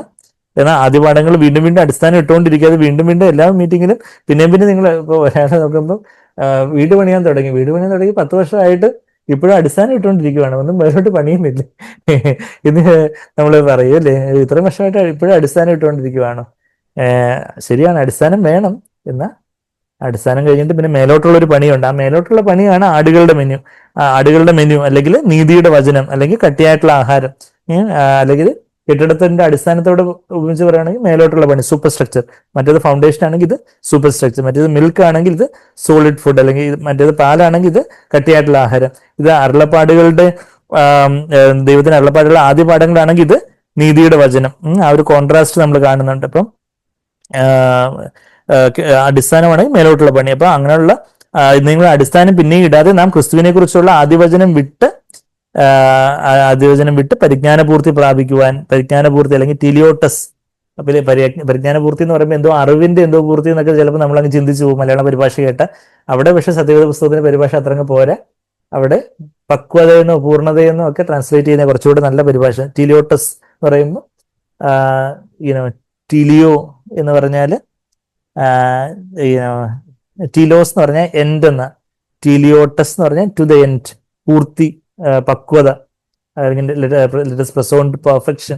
നമ്മൾ CFC ബാംഗ്ലൂർ ചെന്നാൽ അവിടുത്തെ പുൾപിറ്റിൽ എഴുതി വെച്ചേക്കുന്ന ഒരു വാക്യം ഏതാന്ന് വെച്ചാൽ ഇതാ, let us press on to perfection. Perfection എന്നുള്ളത് NKJV translation, NASB let us press on to maturity, ആ പക്വതയിലേക്ക്. അപ്പൊ അതാ ബാക്കിയുള്ള സഭകളും നമ്മുടെ സഭകളും എന്താ ഊന്നൽ കൊടുക്കുന്നതിനുള്ള വ്യത്യാസം എന്ന് പറഞ്ഞാൽ, നമ്മൾ വേറെ ആരും കുറ്റം പറയാനില്ല, മറിച്ച് പല സഭകളിലും എന്തേ ഉള്ളൂ, ഈ ഒരു അടിസ്ഥാനപരമായിട്ടുള്ള കാര്യങ്ങൾ മാത്രം, മനസാന്തരം, വിശ്വാസം, കർത്താവ് നമ്മളോട് ക്ഷമിക്കുന്നു, ദൈവം സ്നേഹിക്കുന്നു, എല്ലാം നല്ലത് തന്നെ. എന്നാൽ നമ്മൾ അതൊക്കെ ശരി തന്നെ, നമ്മൾ അടിസ്ഥാനം പിന്നെ പിന്നെ ഇട്ടുകൊണ്ടിരിക്കാതെ. ഇപ്പം ആലയത്തിന്റെ പണി, അവിടെ ദേവാലയത്തിന്റെ പണി, യെരൂശലേം ദേവാലയത്തിന്റെ പണിയുടെ സമയത്ത് അടിസ്ഥാനം ഇട്ട് കഴിഞ്ഞിട്ട് പിന്നെ സെഖര്യാവും ഹഗായിയും ഒക്കെ ഒക്കെ പ്രവചിച്ചിട്ടാണ് മേലോട്ടുള്ളൊരു പണി നടന്നത്. അപ്പൊ അതുകൊണ്ട് പണ്ട് ജീവമൊഴികളുടെ ഒരു എഡിറ്റോറിയലില് ജോർജ് ബേർ ഇങ്ങനെ എഴുതി, നമ്മള് കാലഘട്ടത്തിൽ നിങ്ങൾ കണ്ണു തുറന്ന് നോക്കിയ ഒരു സെഖര്യാവുണ്ട്. ആരാ? നമ്മുടെ സാക് ബേറിന്റെ പേര് സെക്കറിയ എന്നുള്ളതിന്റെ ചുരുക്കപ്പേരാണല്ലോ സാക്. ഒരു സെഖര്യാവിനെ അന്ന് ദേവാലയത്തിന് മേലോട്ടുള്ള പണിക്കായിട്ട് അവരെ ഉത്സാഹിപ്പിക്കാനായിട്ട് ഒരു പ്രവചന ശുശ്രൂഷ എഴുന്നേൽപ്പിച്ചെങ്കിൽ ഇന്ന് സാക് ബേറിനെ 86 വർഷങ്ങൾക്ക് മുമ്പ് ദൈവം ബേറിനെ ഈ ഭൂമിയിലേക്ക് അയച്ചത് ആ ഒരു സെഖര്യാവിന്റെ ഒരു മിനിസ്ട്രി പോലെ ദേവാലയത്തിന് മേലോട്ടുള്ള പണിക്കായിട്ട് ആ ഒരു ശിഷ്യത്വത്തിന്റെ പാത. മറ്റേത് വിശ്വാസത്തിലേക്ക് നമ്മൾ മനസാന്തരം, വിശ്വാസം എല്ലാം നല്ലത് വേണം, അത് ഇല്ലാതൊന്നും പറ്റത്തില്ല, അത് വേണം. എന്ന് അതിൽ മാത്രം നിന്ന് ഇപ്പോഴും അടിസ്ഥാനം ഇട്ടുകൊണ്ടിരിക്കാതെ മേലോട്ടുള്ള പണി, അത് പരിജ്ഞാന പൂർത്തി അല്ലെങ്കിൽ പക്വതയിലേക്ക് ആയിരുന്ന ഒരു കാര്യം. അപ്പൊ ഞാനീ പറഞ്ഞു വരുന്നത് എന്തിനാന്ന് ചോദിച്ചാൽ, പത്രോസിനോട് കുഞ്ഞാടുകളെ മേയ്ക്കാൻ മാത്രമാണ് പറഞ്ഞതല്ല, ആടുകളെയും മേയ്ക്കാൻ പറയുന്നുണ്ട്. എന്ന് പറഞ്ഞാൽ കുഞ്ഞാടുകളെ മേയിച്ച് കുഞ്ഞാടുകൾ ഒരു പക്വതയിലേക്ക് എത്തുന്നതനുസരിച്ച് അവർക്ക് ആ ഒരു ക്രൂശിന്റെ വചനം, അവർക്ക് ആ ഒരു സ്വയജീവന്റെ ഒരു മരണവും കർത്താവിന്റെ ശക്തിയാൽ നിറയപ്പെട്ട് കർത്താവിന്റെ സാക്ഷികളായിട്ട്, കർത്താവിന്റെ ദിവ്യസ്വഭാവത്തിന് പങ്കാളികളായിട്ട്, കർത്താവിനുള്ള ആഴത്തിലൊരു കൂട്ടായ്മയിൽ കർത്താവിന്റെ കാന്തയായിട്ട് മാറുന്ന ആ ഒരു പരിജ്ഞാന പൂർത്തിയിലേക്കുള്ള ആ ഒരു വചനങ്ങളും എല്ലാം അവർക്ക് പറഞ്ഞു കൊടുക്കാൻ തക്കവണ്ണം ഉള്ളൊരു പക്വതയിലേക്ക് നീ വരും എന്നുള്ളൊരു കാര്യം അവിടെ പ്രവചനാത്മകമായിട്ട് പറയുക. ഇതിപ്പം പത്രോസിനോട് കർത്താവ് ഇത് പറയുമ്പോൾ കർത്താവ് ഇതേ കാര്യം തന്നെ കർത്താവ് പ്രവചിച്ചിട്ടുണ്ടായിരുന്നു. എവിടെ? ലൂക്കോസ് 22 അധ്യായത്തില് നീ തള്ളിപ്പറയുമെന്ന് പറഞ്ഞപ്പോഴും എന്താ, എന്നാ നീ തിരിഞ്ഞു വരുമ്പോ നീ അവരെ ഉത്സാഹിപ്പിക്കണം എന്ന് പറയുന്നുണ്ട്. അതാ നമ്മള് ലൂക്കോസ് 22 ഭാഗങ്ങൾ അതും കൂടെ വായിച്ച് നമുക്ക് ഇനി നമുക്ക് കൺക്ലൂഡ് ചെയ്യാം. ലൂക്കോസ് 22 അധ്യായത്തില് ശിമോനെ ശിമോനെ ഗോതമ്പ് വീണ് നിലത്ത് വീണ് പാറ്റുന്നത് പോലെ 31 വാക്യം. അവിടെയും പത്രോസിനെ വിളിക്കുന്നില്ല, ശിമോനെ. നീ ഇപ്പം പത്രോസ് എന്നുള്ള വിളിക്ക് യോഗ്യനൊന്നും അല്ല, ഇനിയിപ്പോ ശിമോനാണ്, പെട്രോസ് അല്ല. പെട്രോസ് നീ ഒരു പാറയെ പോലെ ഉറച്ചു നിൽക്കുന്നില്ല. 31 വാക്യം, ശിമോനെ ശിമോനെ സാത്താൻ നിങ്ങളെ ഗോതമ്പ് പോലെ പാറ്റേണ്ടതിന് കൽപ്പന ചോദിച്ചു. ഞാനോ നിന്റെ വിശ്വാസം പോകാതിരിപ്പാൻ നിനക്ക് വേണ്ടി അപേക്ഷിച്ചു. എന്നാൽ നീ ഒരു സമയം തിരിഞ്ഞു വന്ന ശേഷം നിന്റെ സഹോദരന്മാരെ ഉറപ്പിച്ചു കൊള്ളുക. You have to once you are turned again. ശരിയാണ്, നീ ഇപ്പം വീണു പോവും, എന്നാ നിന്റെ വിശ്വാസം പോകാതിരിക്കാൻ ഞാൻ പ്രാർത്ഥിച്ചിട്ടുണ്ട്. നീ വിഷമിക്കേണ്ട.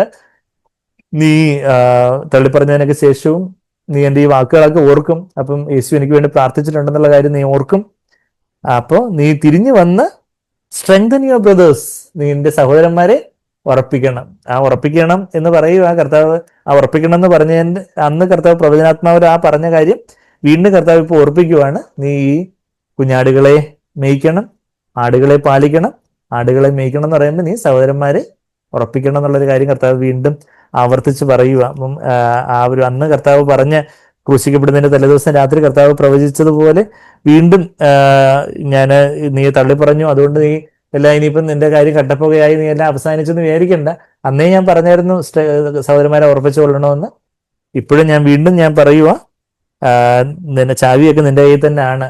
ദൈവരാജ്യത്തിന്റെ ചാവി. അയ്യോ ഞാൻ തള്ളി പറഞ്ഞവനാ, അതുകൊണ്ട് ഞാൻ ഇനിയിപ്പം ഇവരെ ലീഡ് ചെയ്യാൻ പറ്റത്തില്ല എന്നൊന്നും പറഞ്ഞുകൊണ്ടിരിക്കേണ്ട. എല്ലാവരുടെയും മുമ്പിൽ വെച്ച് തന്നെ കർത്താവിനെ 3 തവണ ഏറ്റു പറയാന് പത്രോസിന് അവസരമൊക്കെ നൽകിയിട്ട് പറയുക, എന്താ, കുഞ്ഞാടുകൾക്ക് വേണ്ടിയുള്ള മെനു ഉണ്ട്, പാലുണ്ട്, അടിസ്ഥാനമുണ്ട്, ദൈവത്തിന്റെ അരുളപ്പാടുകളുടെ ആദ്യപാഠമുണ്ട്.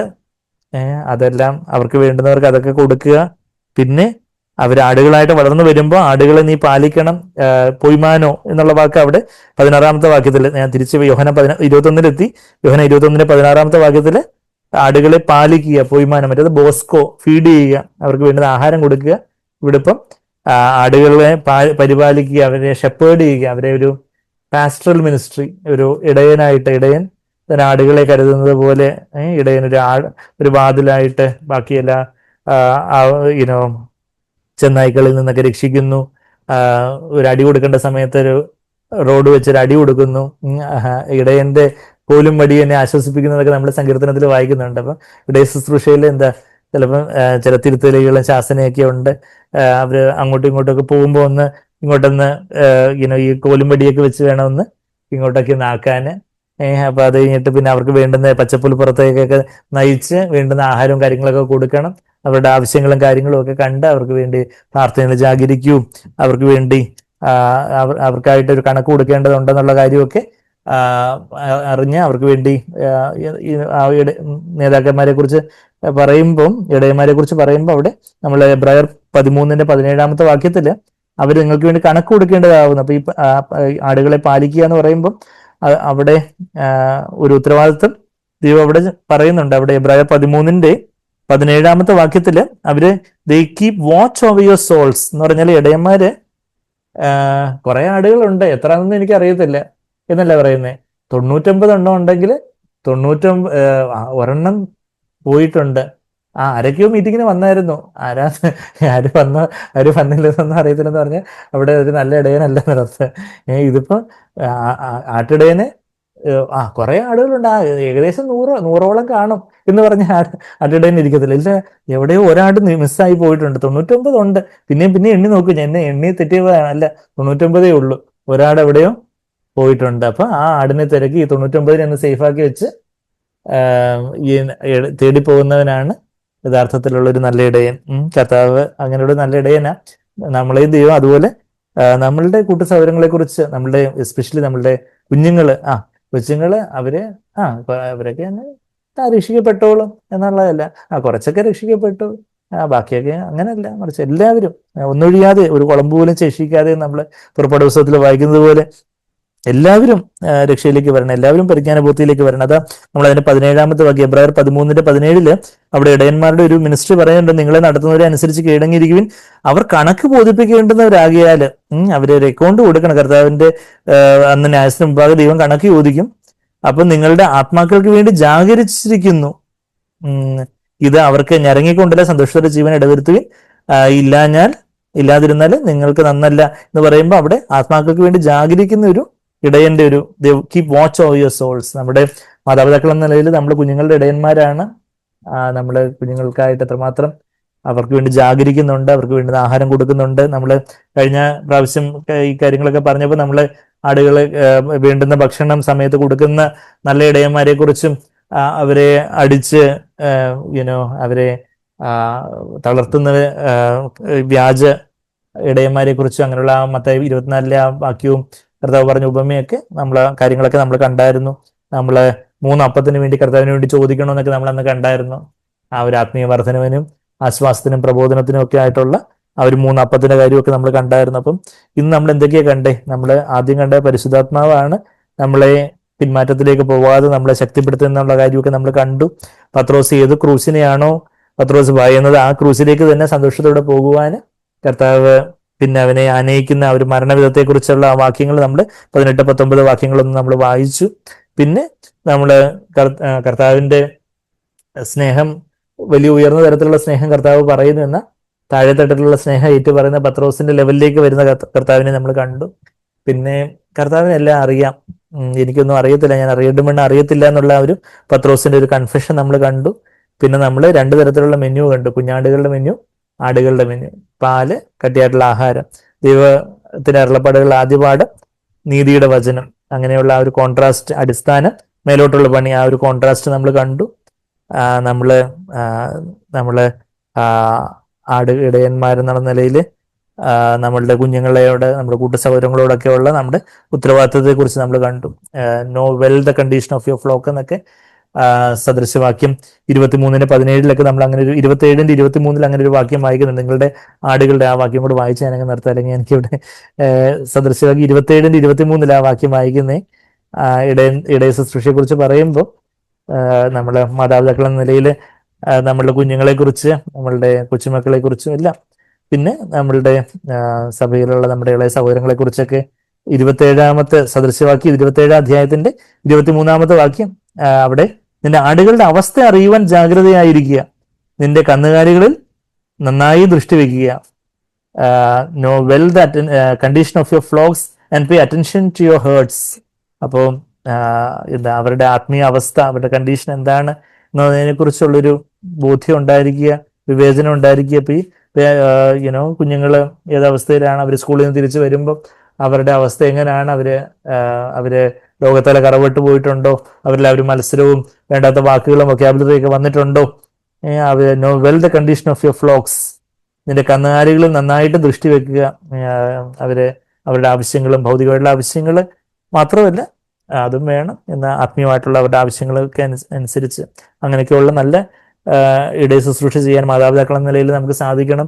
സഭയിൽ നമ്മുടെ ഇളയ സഹോദരങ്ങളെ കുറിച്ച് നമുക്ക് അതുപോലുള്ളൊരു നല്ല ഇടയ ശുശ്രൂഷ ഉള്ളവരാകുവാൻ കർത്താവ് നമ്മളെയും ആഗ്രഹിക്കുന്നു. ഇടയന്മാരില്ലാത്ത ആടുകളെ പോലെ ആടുകൾ ചെതറിയിരിക്കുന്നത് കണ്ട് കർത്താവിന് മനസ്സലിഞ്ഞതായിട്ടൊക്കെ നമ്മൾ വായിക്കുന്നുണ്ട്. മത്തായി 9-ാം അധ്യായത്തിന് അവസാനം കൊയ്ത്തിന്റെ പ്രഭുവിനോട് ഇടയന്മാര് വേലക്കാരെ അയക്കാനായിട്ട് പ്രാർത്ഥിക്കുമെന്നൊക്കെ കർത്താവ് പറയുന്നുണ്ട്. അപ്പൊ നമ്മള് സഭയിലും ഒക്കെ ആ ഒരു ഇടയന്റെ ഹൃദയത്തോടെ ദൈവം സഹോദരങ്ങളെ എഴുന്നേൽപ്പിക്കേണ്ടതായിട്ടുണ്ട്. അപ്പൊ അതിനായിട്ടൊക്കെ നമ്മുടെ ജീവിതത്തിൽ നമ്മൾ എത്രമാത്രം ആ ഒരു ഇടയന്റെ ഹൃദയത്തോടെ ചേർന്ന് നിന്ന് ബാക്കിയുള്ള സൗകര്യങ്ങളെ കുറിച്ചുള്ള ഒരു ഭാരവും പ്രാർത്ഥനയൊക്കെ നമുക്ക് എത്രമാത്രം ഉണ്ട്. ബാക്കി സൗകര്യങ്ങളൊക്കെ ആരെങ്കിലും വരാതിരിക്കുമ്പോൾ നമ്മളത് തിരിച്ചറിയുന്നുണ്ടോ, അതോ ആരൊക്കെയോ വന്നു ഏതൊക്കെയോ പോയി നമ്മള് സ്ഥലം കാലിയാക്കി, ആ ഒരു ആറ്റിറ്റ്യൂഡാണോ നമുക്കുള്ളത്? പിന്നെ ആ ഒരു കട്ടിയായിട്ടുള്ളൊരു ആഹാരം എത്രമാത്രം നമ്മളുടെ ജീവിതത്തിൽ നമ്മൾ ഭക്ഷിക്കുന്നുണ്ട്, മറ്റുള്ളവർക്കും അതുപോലുള്ളൊരു ആഹാരം പകർന്നു കൊടുക്കാൻ തക്കവണ്ണമുള്ളൊരു കാര്യപ്രാപ്തിയിലേക്കൊക്കെ നമ്മൾ എത്രമാത്രം വരുന്നുണ്ട് എന്നുള്ള പല കാര്യങ്ങളെല്ലാം നമ്മൾ ചിന്തിച്ച് നമുക്ക് ഇതിലൂടെയൊക്കെ ദൈവം നമ്മളോട് വ്യക്തിപരമായിട്ടുള്ള സംസാരിച്ചിട്ടുള്ള കാര്യങ്ങൾ നമുക്കത് ഏറ്റെടുത്ത് കർത്താവിന് മുമ്പാകെ നമ്മളതിനെ കീഴ്പ്പെടുത്തി കൊടുക്കാൻ കർത്താവ് നമ്മളുടെ ജീവിതത്തിലൊരു വലിയ പ്രവൃത്തി ചെയ്യട്ടെ. നമുക്ക് മറ്റുള്ളവർക്ക് വേണ്ടിയും ജാഗരിക്കുവാൻ തക്കവണ്ണം ആ ഒരു പക്വതയിലേക്ക് വരുവാൻ തക്കവണ്ണം കർത്താവിന്റെ സ്നേഹത്താലും ശക്തിയാലും നിറയപ്പെടാനായിട്ട് ഒരു 4-ാമത്തെ സ്റ്റാൻസിൽ നടത്തിയിടുക എന്നെ നാൾതോറും പ്രിയനെ. പരിശുദ്ധാത്മാവിനാൽ ജനിക്കുന്നതും പരിശുദ്ധാത്മാവ് നിറയുന്നതും എല്ലാം അത് ആരംഭ പാഠങ്ങളാണെങ്കിൽ ഇന്ന് പരിശുദ്ധാത്മാവിൽ നടത്തപ്പെടുന്ന നീതിയുടെ വചനം, പരിശുദ്ധാത്മാവിനാൽ to be led by the Holy Spirit, അതാണ് പക്വതയുടെ വചനം, കട്ടിയുള്ള ആഹാരം, പരിശുദ്ധാത്മ നടത്തപ്പെടുന്ന ഒരവസ്ഥ. കർത്താവെ അവിടെ നിന്ന് നടത്തണം. അവിടുത്തെ സ്നേഹത്താല് മരുഭൂമിയിൽ കൂടെ പാട്ടുകൾ പാടിക്കൊണ്ട് നിത്യതയിൽ വരെയും ആ ഒരു സ്നേഹത്താല് നയിക്കപ്പെടാനായിട്ട് കർത്താവെ ഏൽപ്പിക്കുന്നവരെ മേയ്ക്കുവാനും പാലിക്കുവാനും ഒക്കെ തക്കവണ്ണം ഉള്ള ഒരു ഇടയന്റെ ഹൃദയത്തോടെ കർത്താവിൻ്റെ കൂടെ നടക്കുവാൻ തക്കവണ്ണം ഇഷ്ടമില്ലാത്ത ഇടങ്ങളിലേക്ക് കർത്താവ് നയിക്കുമ്പോഴും അവിടെയും നമ്മുടെ സ്വയജീവന മരണത്തിലൂടെ കർത്താവിനെ മഹത്വപ്പെടുത്തുവാൻ തക്കവണ്ണം കർത്താവിടെ ആക്കുമാറ് നമ്മളുടെ മക്കൾക്കും കൊച്ചുമക്കൾക്കും എല്ലാം വരുന്ന തലമുറയ്ക്കും എല്ലാം കർത്താവിൻ്റെ പ്രമാണങ്ങളെ പറഞ്ഞു കൊടുക്കുന്ന ആ ഒരു ഇടയൻ്റെ ഒരു സ്നേഹം. ബാക്കി 99 ആടുകളുണ്ടെങ്കിലും ഒരാട് കാണാതെ പോയ ഒരാടുണ്ട്, ആ 99 പേരില്ലേ എന്ന് വിചാരിച്ച് സമാധാനിച്ചിരിക്കാനല്ല, മറിച്ച് ആ ഒരു കാണാതെ പോയ ഒരാട് ഇപ്പോൾ എന്നെ പ്രതീക്ഷിച്ച് എവിടെയോ ഇരിപ്പുണ്ടെന്നുള്ള ആ ഒരു ഇടയൻ്റെ ഹൃദയം. എന്നെ ആ കുഞ്ഞാട് അവിടെ മുൾപടർപ്പിൽ കുടുങ്ങിക്കിടക്കുമ്പോൾ എന്തൊക്കെയുണ്ടെങ്കിലും എൻ്റെ ഇടയൻ എന്നെ വന്ന് രക്ഷിക്കും എന്നുള്ള ഒരു ഉറപ്പോടെ ആ കുഞ്ഞാട് നിസ്സഹായതയിൽ അവിടെ എവിടെയോ ഇരിപ്പുണ്ടെന്നുള്ള ആ ഒരു ജാഗ്രതയിൽ ആ ആടിനെ തേടി ഇറങ്ങുന്ന ഒരു ഇടയനെ പോലെ മറ്റ് നമ്മുടെ കൂട്ടു സഹോദരങ്ങളാവട്ടെ, നമ്മളെ ദൈവം ഏൽപ്പിച്ചിരിക്കുന്ന ദൈവം നമ്മുടെ മക്കളെയും കൊച്ചുമക്കളെയും കൂട്ടു സഹോദരങ്ങളെയും എല്ലാം അതുപോലെ ഒരു ഇടയന്റെ സ്നേഹത്തിൽ ചെന്ന് അവരെ യഥാസ്ഥാനപ്പെടുത്തുന്ന ഒരു സ്നേഹം, ആ ഒരു സ്നേഹത്താൽ എന്നെ നിറയ്ക്കണമെന്നുള്ളൊരു പാട്ട് നമുക്ക് പാടാം. എന്നെ വീണ്ടും ആ സ്നേഹത്താൽ, ആ ക്രൂശിലെ സ്നേഹത്തെ, പാപിയാം എന്നെ വീണ്ടെടുപ്പാനായിട്ട് മരക്കുരിശിൽ അവിടുന്ന് എന്തി ആ മരക്കുരിശ് എന്തി ക്രൂശില് കാൽവരിയിൽ കയറി കുരിശിൽ മരിച്ച ആ സ്നേഹത്താല് എന്നെ വീണ്ടും കർത്താവെ നിറയ്ക്കണമേ.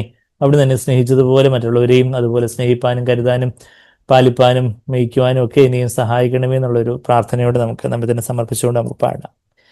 ഇനി വീണ്ട സ്നേഹം, കുരിശിലെ സ്നേഹം, നിന്റേതെന്നും ഞാൻ, നിന്റേതെന്നും ഞാൻ. ഇനി വീണ്ട സ്നേഹം, കുരിശിലെ സ്നേഹം, നിന്റേതെന്നും ഞാൻ, നിന്റേതെന്നും ഞാൻ. പാപിയാമിന്നെ വീണ്ടെടുപ്പാനായി,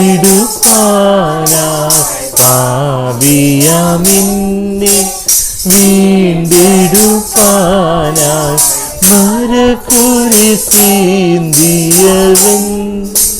കാൽവരിയിൽ കയറി കുരിശിൽ താൻ മരിച്ചു.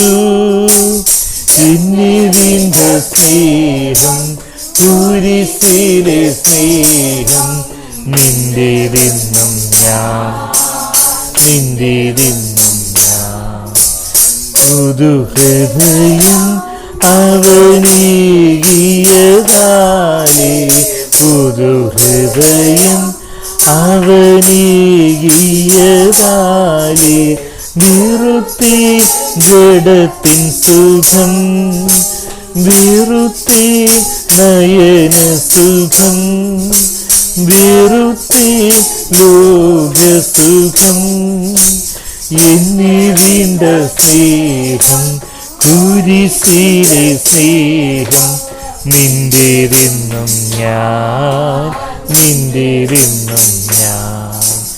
പോയിടാം നിൻ കൂടി നൽകിടും നിന്നെ ഞാൻ, പോയിടാം നിൻ കൂടി നൽകിടും നിന്നെ ഞാൻ. പർവ്വതങ്ങളിൽ കൂടി താഴ്വരകളിലും ഞാൻ, വെള്ളങ്ങളിലും കൂടെ.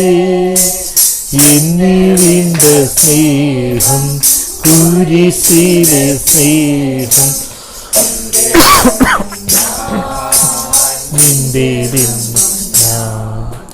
നടത്തിടുകിന്നെ നാൾ തോറും പ്രിയനെ നടത്തിടുകിന്നെ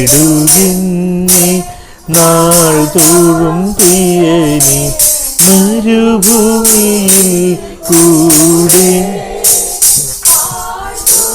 പാടിക്കൊണ്ട് നിത്യതയിൽ വരെയും എന്നെ വീണ്ട സ്നേഹം കുരിശിലെ സ്നേഹം നിന്റേതെന്നും ഞാൻ നിന്റേതെന്നും ഞാൻ നിന്റേതെന്നും ഞാൻ നിന്റേതെന്നും ഞാൻ. ദൈവം ഭാഗ്യ ഒരു സമർപ്പണത്തോടെ കർത്താവെ ആ ക്രൂസിലെ സ്നേഹത്താൽ എന്നെ ഫ്രഷായിട്ട് ഒന്നുകൂടെ നിറയ്ക്കണമേ എന്നുള്ള ഒരു പ്രാർത്ഥനയോടെ നമുക്കായിരിക്കാം. കർത്താവ് നമ്മളെ നിറയ്ക്കും. കർത്താവ് നമ്മളെ യഥാസ്ഥാനപ്പെടുത്തുന്നൊരു കർത്താവ്, നമ്മെ സ്നേഹിക്കുന്ന, നമ്മളുടെ അവസ്ഥകളെ അറിയുന്നൊരു കർത്താവ്. നീ എല്ലാത്തിലുപരിയായിട്ട് എന്നെ സ്നേഹിക്കുന്നുണ്ടോ എന്ന് ചോദിക്കുമ്പോൾ കർത്താവേ എനിക്ക് എന്നെ എത്ര കുറച്ചേ അറിയത്തുള്ളൂ, അവിടത്തേക്ക് അറിയാമല്ലോ കർത്താവേ എൻ്റെ സ്നേഹം എത്ര ശുഷ്കമാണെന്നുള്ളൊരു അവസ്ഥ. ആ ഒരു ഏറ്റുപറച്ചിൽ യെഹെസ്കേലും പറഞ്ഞതുപോലെ കർത്താവെ അവിടുന്ന് അറിയുന്നു. പത്രോസും പറഞ്ഞു കർത്താവെ അവിടുന്ന് അറിയുന്നുവല്ലോ കർത്താവെ എനിക്ക് ഇത്രയുള്ളൊരു പ്രിയമേ ഉള്ളൂ എന്നുള്ള കാര്യമല്ല അവിടത്തേക്ക് അറിയാം. എന്നാ കർത്താവെ അങ്ങ് എനിക്ക് അധികമായിട്ട് സ്നേഹിക്കണം, പൂർണ്ണഹൃദയത്തോടെ സ്നേഹിക്കണം. അതിനായിട്ട് എന്നെ ഞാൻ തുറന്നു തരുന്നു എന്ന് നമ്മുടെ ജീവിതത്തിന് ഓരോ മേഖലകളെയും കർത്താവിൻ്റെ ആ സ്നേഹത്തിനായിട്ട് നമുക്ക് തുറന്നു കൊടുക്കാം. നമുക്ക് ആഗ്രഹമില്ലാത്ത ഇടങ്ങളിലേക്കും നമുക്ക് സ്വതവേ ആഗ്രഹമില്ലാത്ത ഇടങ്ങളിലേക്കും കർത്താവ് നമ്മളെ നയിക്കുമ്പോൾ അവിടെ കർത്താവെ അവിടെ ഞാൻ എൻ്റെ സ്വയത്തിന് മരിച്ച് അങ്ങയെ മഹത്വപ്പെടുത്തുവാൻ തക്കവണ്ണം അവിടെ തന്നെ സഹായിക്കണമേ കർത്താവെ. നീ ഇന്ന വിധത്തിലുള്ള മരണത്തിലൂടെ എന്നെ മഹത്വപ്പെടുത്തും എന്നുള്ളൊരു കാര്യം കർത്താവ് ഓർപ്പിച്ചതുപോലെ നമ്മളുടെ ഓരോ ജീവിത സാഹചര്യങ്ങളിൽ ഓരോ പ്രലോഭനത്തിനെയും പ്രതിസന്ധികളുടെയൊക്കെ നടുവിൽ സ്വതവേ നമ്മൾക്ക് സ്വാഭാവികമായിട്ട് നമുക്ക് അതിലൂടെ ഒന്നും കടന്നു പോകാൻ താല്പര്യമില്ല. എന്നാൽ കർത്താവ് ചില വഴികളിലൂടെ പ്രത്യേകമായിട്ട് നമ്മളെ നടത്തുമ്പോൾ കർത്താവ് അവിടെ ഞാൻ എൻ്റെ സ്വയത്തിന് എൻ്റെ സ്വന്തം ഇഷ്ടത്തിന് ഞാൻ മരിക്കുമ്പോൾ അതിലൂടെ അങ്ങേ മഹത്വപ്പെടുത്തുവാൻ എന്നെ സഹായിക്കണമേ.